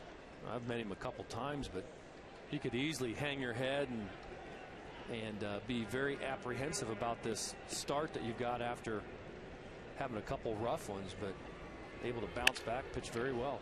Scorched to right field. Rios gets to it quickly, and so Getz is held to a single. Przinsky moves to third on the play. Runners on the corners with 2 out. I think Chris Getz took your advice. Swing down on it, hit some line drives. Too many fly balls by Chris Getz if he wants to stay in the lineup. There's a line drive. Alex Rios does a nice job of getting a glove on it and doesn't play it off the wall, but stops it early. Holds Getz to a single as opposed to a double.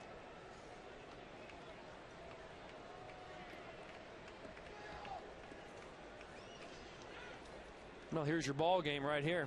He's going to get this hitter here. If he gets him out, if he gets Fields out, he'll get to go out there, I think, for the 8th. But if he doesn't get Fields out, now Fields gets a base hit here, I would imagine that Cito will go to Jesse Carlson with Scott Podsednik on deck. Swing and a miss. And with those kind of pitches, that's one thing. These Chicago White Sox hitters have really waving at the breaking ball. Out in front, Josh Fields guessing fastball all the way and not even close to it. That's a foot off the plate. Foot off the plate. That's the first pitch. You don't need to swing at that pitch there. On the 0-1. Tries to get him to fish again, and now Chavez. Whoa, gets his back in time.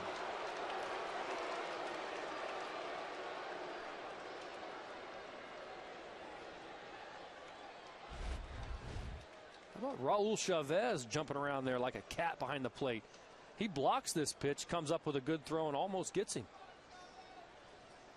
And hands in there, but heads up play by Raul Chavez. It was a good enough play just to block that baseball with a man on third base, but blocks it and then gives a good snap throw to first. First and third Chicago, 1-1 on Fields. Curveball up, 2-1 now. Left-handed hitting Scott Podsednik on deck. Richmond's thrown 108 pitches, nearing the end of his day. 108 pitches and a lot of breaking balls. So he's going to earn that bag of ice on his elbow this afternoon. Breaking ball to third. Rolen has it, gets the force, and Scott Richmond goes through cleanly. 7 innings of work today. A nice outing.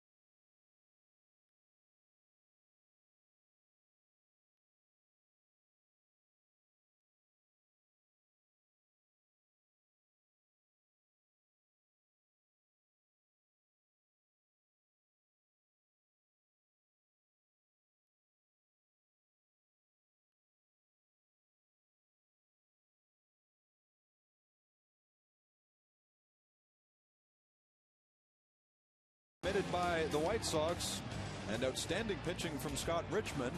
So they're ahead 2-0 into the last of the 7th. And the young pitcher for the Chicago White Sox doing a good job today. Clayton Richard making his 2nd start of the year, throwing a good ball game. This really was a typical start for the Toronto Blue Jays last year.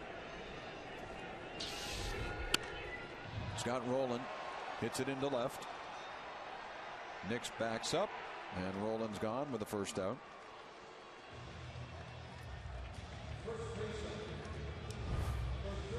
The ever popular sleepover here at Rogers Center is underway on the 13th of June.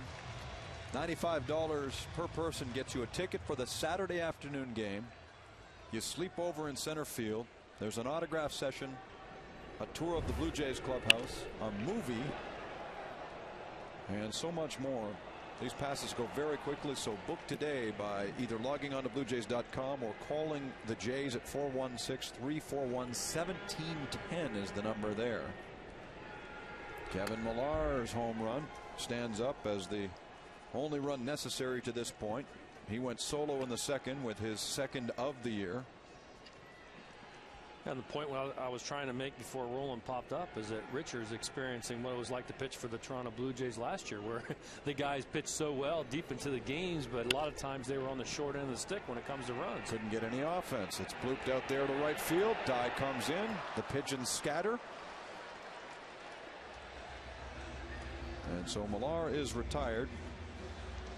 Lots of games going on elsewhere tonight, and you can watch them on your computer at home by signing up to MLB.tv. 100 out-of-market games every week are available to you.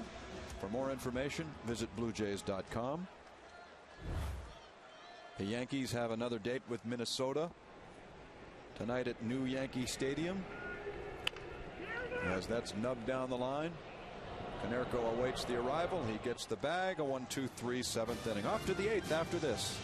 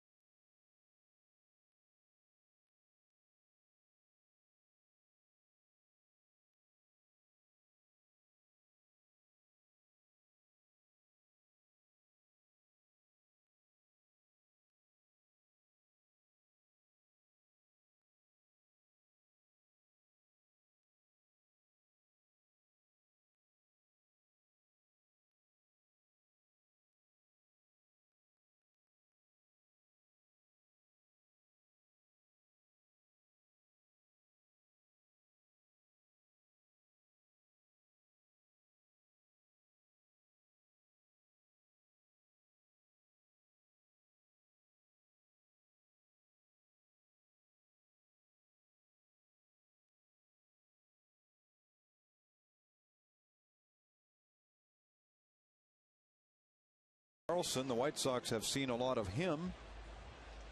He pitched in yesterday's game as well. He came in the top of the 8th yesterday to get Jim Thome and retired Alexi Ramirez for the only 2 batters he faced.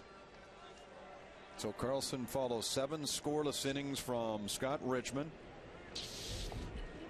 and is in to see the top of the order. There's Mr. Podsednik creeping forward again. I don't know if you creep forward as much on this left-hander.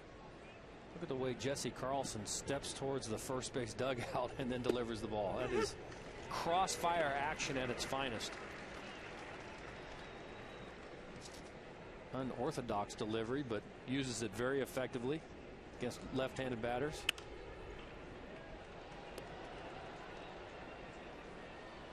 Well, if Scott Richmond needed a good outing today to improve his standing, he's done just that. Look at this line. 7 innings, 5 hits, no earned runs, and used a lot of breaking balls today. Struck out some batters with a big curve. 7 strikeouts. He'll enjoy the next 4 or 5 days so much more now, in anticipation of his next start Saturday against the Atlanta Braves. So Carlson's on now, a native of Kensington, Connecticut. He'll be going close to home after the game tonight. The Blue Jays travel to Boston. First things first, though, getting Podsednik, and he can't there. The pitch is wide. 3-2. Well, this is the reason why Cito Gaston goes to Jesse Carlson with the left-hand hitter Scott Posednik. You need to get him out. So here it comes, and it's hit off the ankle. Close ball game. You can't afford to have the leadoff hitter get on, especially the speedy Scott Posednik. That's why Cito Gaston, and also along with the numbers, the fact that, of course, Richmond's pitching well, but he does give up a few hits to left-handed batters. Why not go with Carlson?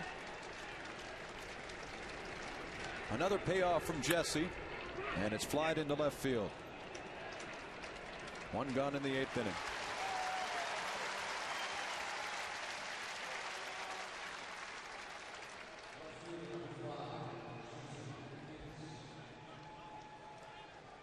And back comes Jason Nix, who is 1 for 3.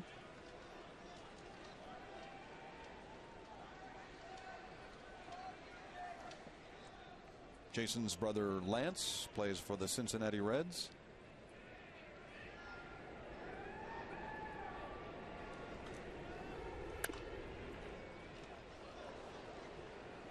Richmond is one of those, Carlson is one of those guys who spent a lot of time in the minor leagues before getting a chance at the big league level. In fact, over 6 years, he was with 4 different organizations, including the Blue Jays, on 2 different occasions. He was originally drafted by Detroit, spent some time in the Astros organization, pitched with Texas for a short while. That's lofted out to left, and Lynn puts that one away too.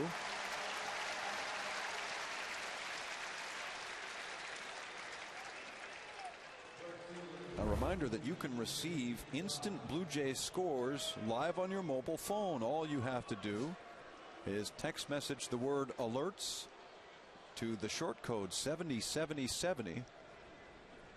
And of course, standard message rates apply. Batter is Jermaine Dye, 1 strike.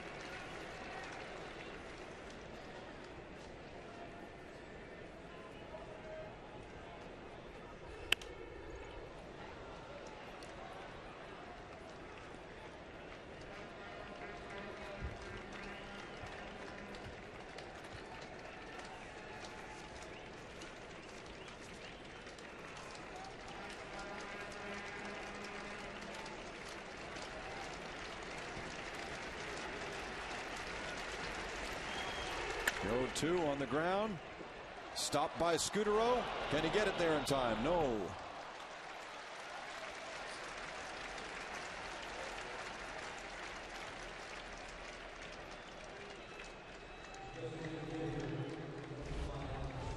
No, Marco Scutaro's got to go too far in the hole. Too long a throw to be able to get Jermaine Dye.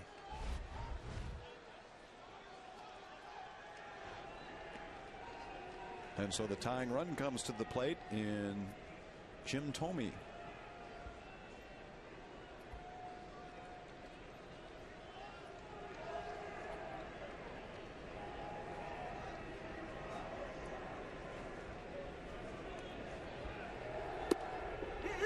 Strike 1. Thome's 0 for 2, walking once, striking out twice. Dye at first, 2 away. Hit high and deep to left field. Lind is back to the wall, and this game is all tied at 2.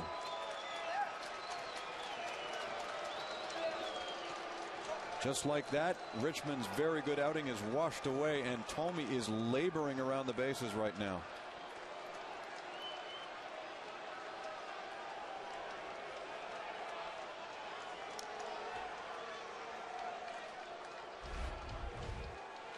That was the home run that Jesse Carlson gave up to Hideki Matsui. That was a similar pitch. Jim Thome has always had very good power other way and to center field, and this one here breaks the heart of Scott Richmond and puts a 2 spot on the Toronto Blue Jays to tie the ball game up. So Jim Thome, with that home run, has now tied Mike Schmidt for 13th all-time in big league history with 548. Perhaps he was just enjoying the trot. He's got a bad foot. He does. I talked to him. Oh, he does? Yep, he does. He's got his heels bothering him.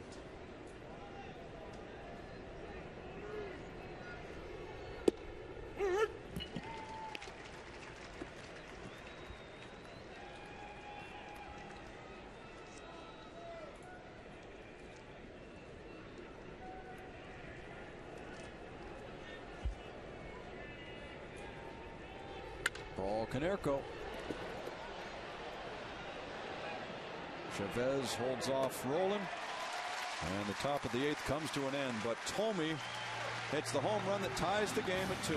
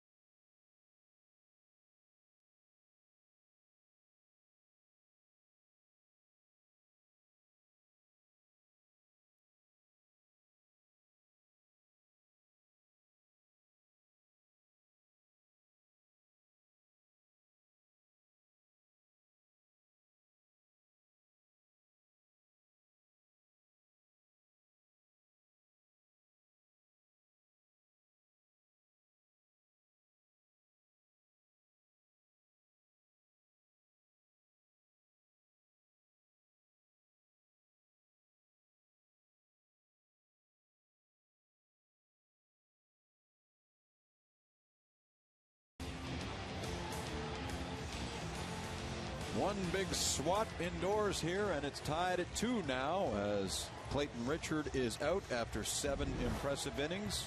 Octavio Dotel, the hard-throwing right-hander, comes in. Ozzie Guillen going to Dotel to try to hold it right here, give their club a chance to go ahead in the 9th inning. Very usable setup guy for the Chicago White Sox. Octavio Dotel, stopper type stuff, really good. Hard fastball, slider, change. He earned a hold in the game on Saturday, going the 6th inning, giving up just a hit. As you look at Richard's line, and would look really messy early on when he walked 2 and gave up a single in the 1st inning, ends up as a 3-hit affair over 7 innings. 2 runs given up, just 1 earned. Yeah, he was matching Scott Richmond pitch for pitch, doing a very good job trying to keep his club in it. Just hoping for that home run. Chicago White Sox built for that 3-2-run home run, and they finally deliver with Jim Thome.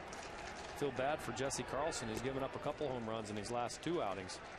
And we gave up that leadoff home run to Hideki Matsui in the top of the 8th.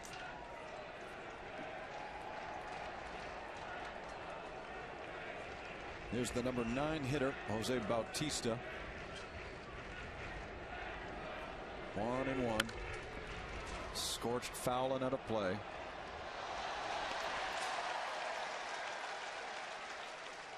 Well, guys like Jim Thome are well known to be game changers, and that shot to left field certainly changed the look of this game.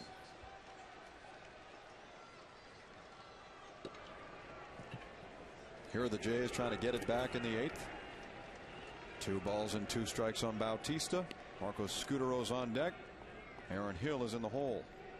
Well, you can see that there. The reason why he's got stopper type stuff. Always been a setup guy, though. He leads all major league relievers with strikeouts. He had a few saves with Oakland a few years back, but basically a setup guy. Always battled injuries throughout his career.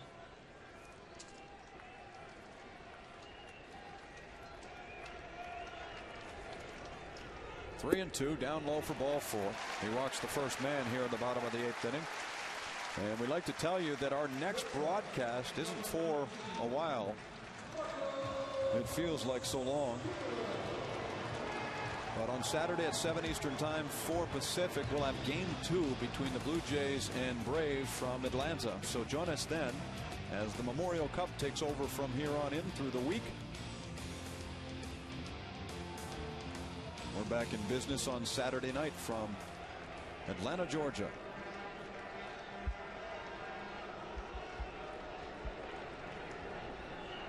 Dotel steps off. Bautista, the base runner, after walking. Looked like he balked to me. I think Blue Jay dugout's yelling at him too, saying, hey, I think he balked. I thought he turned his shoulder. Home plate umpire saying that he turned his head, he just turned his head, but I think he moved his shoulder in the set position. Let's watch. Comes set. He turned his head or his shoulder. Ooh. Oh my. That's a balk. No question about it. He missed that one. Who is that behind the plate? Sam Holbrook. Sam Holbrook missed it. No question about it. That's a balk.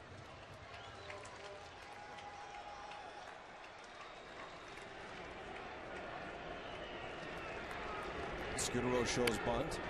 Drops it down the first baseline. And Konerko feeds Getz. Good sacrifice there. Man in scoring position.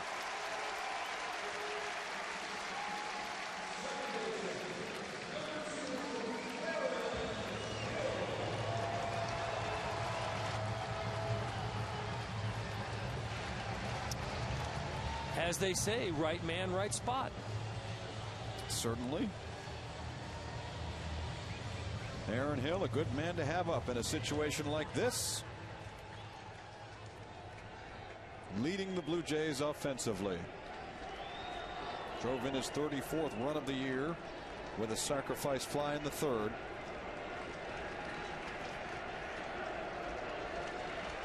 Bautista with decent speed standing at 2nd. First pitch is a strike.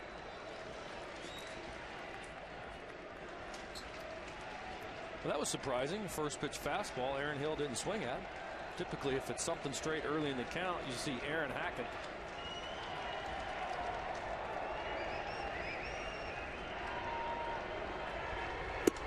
He goes after that heater.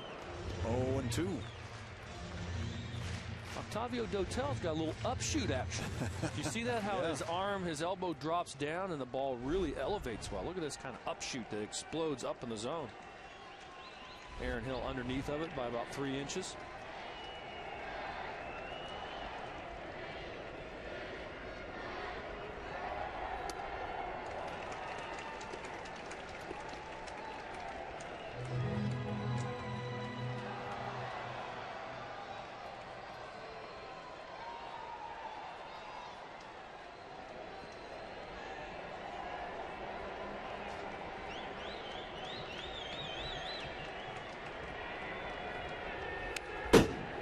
He fights that one off. Dents the Burger King sign in the back. Tough pitch. Outside corner. More than likely strike 3. Gets a little wood on it.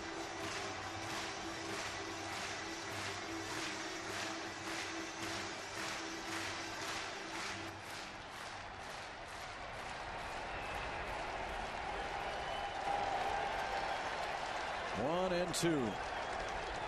Dotel sets at the letters. Here it comes. And he pops him up. There's Getz. And there's the second out. Good fastballs by Octavio Dotel. Good heat. Didn't mess around with Aaron Hill at all. Didn't go to any sort of breaking stuff. Just said, here's my best. You're the best. See if you can hit it. Was able to get the ball by him. Here's a chance for Alex Rios. Alex is 0 for 3 this afternoon.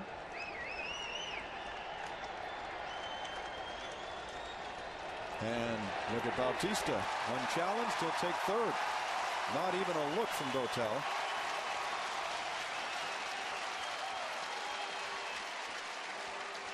Well, if they're going to give it to you, might as well take it. A lot of ways to score from 3rd base without a base hit. You can see Josh Fields at 3rd base, not even moving towards the bag.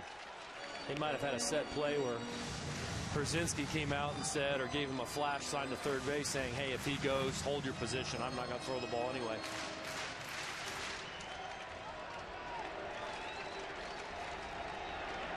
One and 0 to Rios. Now a strike.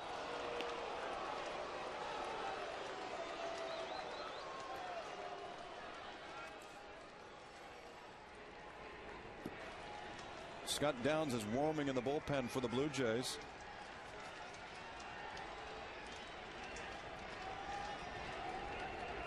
Dotel on the 1-1, and it's a ball and 2 strikes.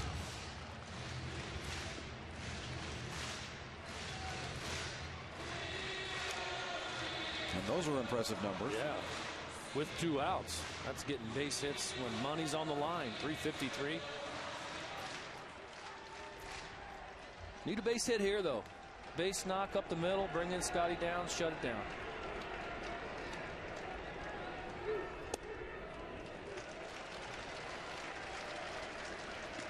I suspect even if the Jays keep it right here and it stays tied, Scotty Downs, typically you'll bring in your closer in the top of the 9th in a tie ball game.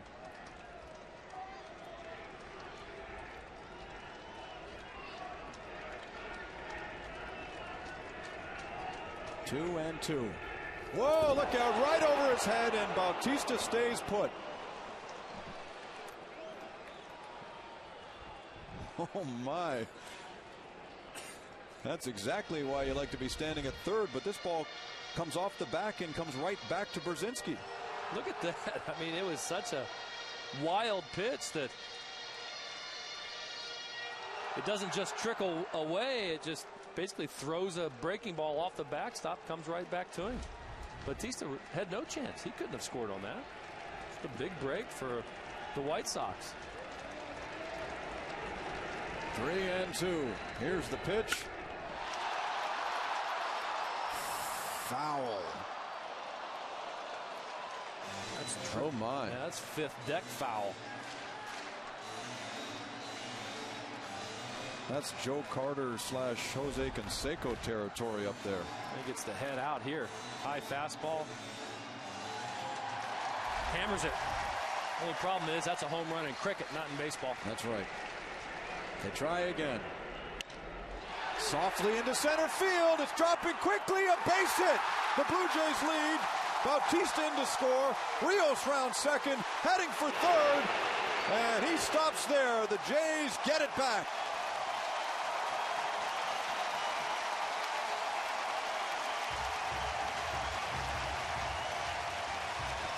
Boy, that's the 2009 edition for you right there. Lose a lead, no big deal.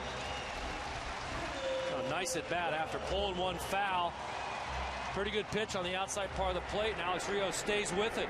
Stays on top of it, bloops a base hit to center field, and Scott Podsednik does a nice job. Knows that if I make the play here, hold him there.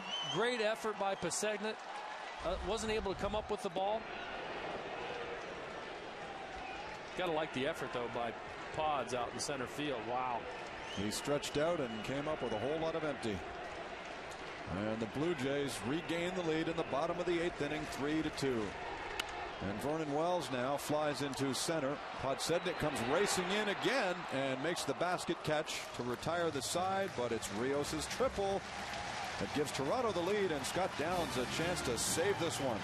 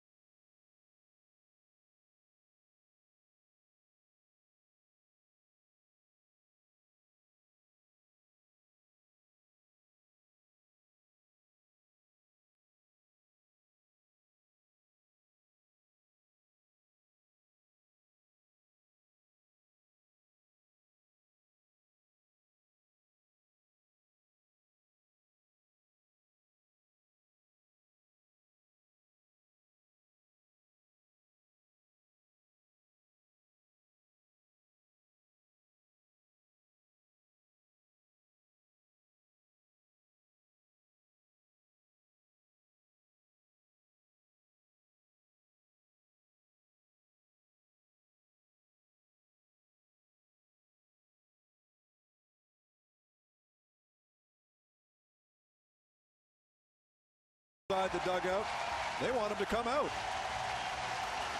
Come on out, Doc. They love you here. Typical Halliday, though, eh? Completely unfazed. Barely cracks a smile. Here's Travis Snyder, the new left fielder. He'll take over for Adam Lind. Pop a piece of chewing gum first and watch as Scott Downs goes to work. Downs worked on Saturday, picked up his 4th save. He's 4 for 4 in save opportunities. 2 days ago, he got a 1-2-3 to secure the 2-1 win and give Robert Ray his first big league victory.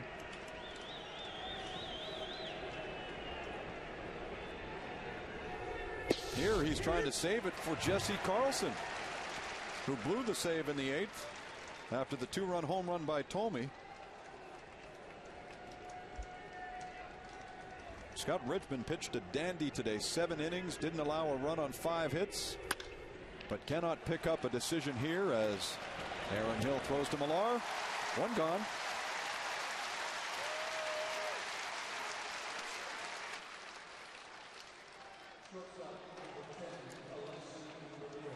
One guy that seems unfazed by tight situations, Scott Downs.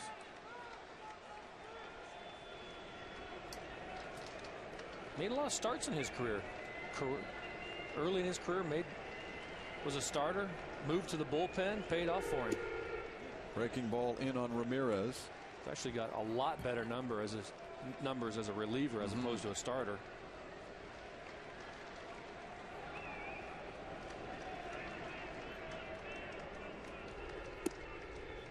Of his 4 previous saves this year, 2 of them have come against the White Sox. I mentioned Saturday's save. He picked up his 2nd of the year, April 26th at U.S. Cellular Field, in support of Roy Halladay's 4th win of the season, and first ever in that ballpark, I might add. A strike, 2-1.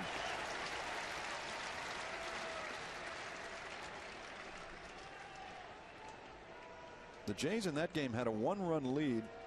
They had 2 outs in the inning, and Brian Anderson hit one to center field, and it impressed you because Vernon Wells got to the ball and covered it quickly, preventing Anderson from double. Remember, he was held to a single on what looked like a sure double, and that was a big play.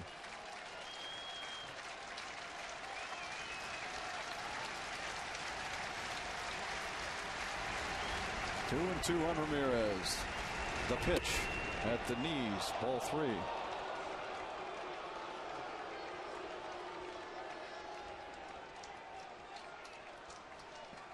Well, Downs' thing is he shows you some inside fastballs, but his trick pitch is that backdoor slider to right-handed batters. Let's see if he goes to that. That one that's a sweeping breaking ball that he keeps away and drops in. And try to go inside.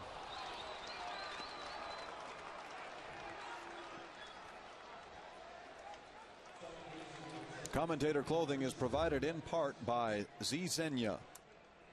Statistical information provided by Stats Inc.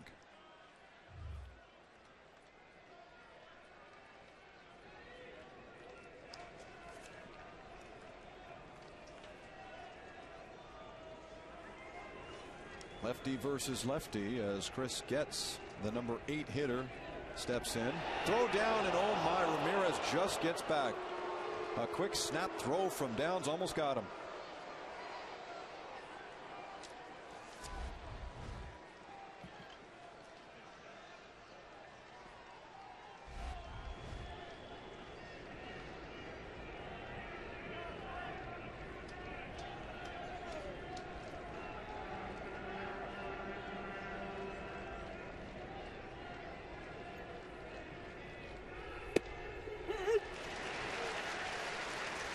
And this is where a shortened bench really affects the White Sox. They've only got 3 men on the bench today because Carlos Quentin had to go back to Chicago. He's got a sore heel that needs some treatment.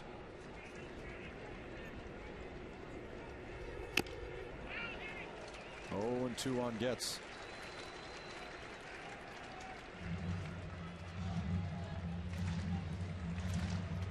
Ozzy's got Bedeman on the bench, but decides not to go with him, letting Chris Getz hit. Carlos Quentin, of course, like you said, not here. If he was healthy enough just to swing the bat, he would probably hit in this situation, but Ozzie Guillen's going to have to stick with the left-handed hitting Getz against Scott Downs. Here's the 0-2. Swung on and missed. There goes Getz. Runs that fastball inside, and he's 1 out away now. Downs keeping the fastball tight on him.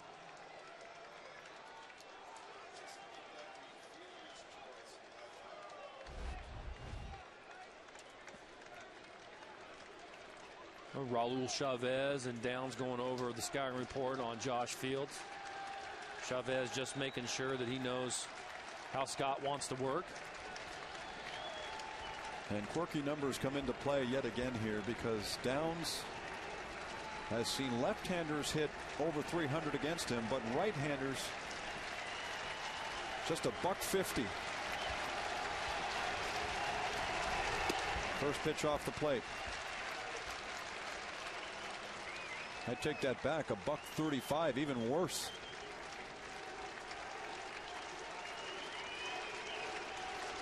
And Josh Fields is struggling with anything away from him right now. Downs and Chavez have got to keep, my opinion, the baseball away. Maybe show a fastball inside, but try to get him out away. The 1-0 pitch. 2-0.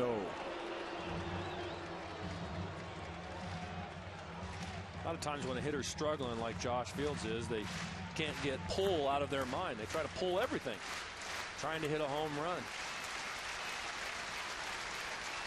So what do you do to combat that? You pitch the ball on the outside part of the plate.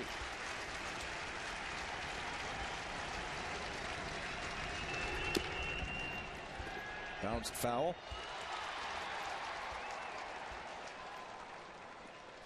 This copyrighted telecast is presented by authority of Rogers Blue Jays Baseball Partnership and may not be reproduced or retransmitted in any form, and the accounts and descriptions of this game may not be disseminated without the express written consent of Rogers Blue Jays Baseball Partnership.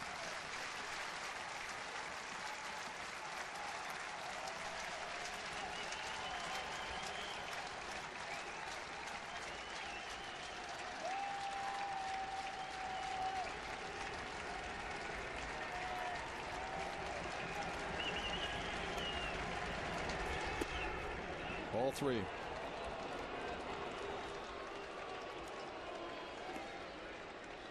Scott put Zedniks on deck. I know the lefty's on deck, but as a former catcher, this is the guy I want out. Guy that's struggling. I know he's a right-handed hitter, but I'd rather be facing him 3-1 than facing a fresh count to Scott Podsednik. 3-1 here. You know you're going to throw a fastball. Just spot it away. You'll still get him to roll over on it. Sharply hit. There it is. But taken by Scudero. And that's it, folks. The Blue Jays have swept the White Sox. They take them in 4. And somewhat dramatically, too. An 8th inning triple by Alex Rios.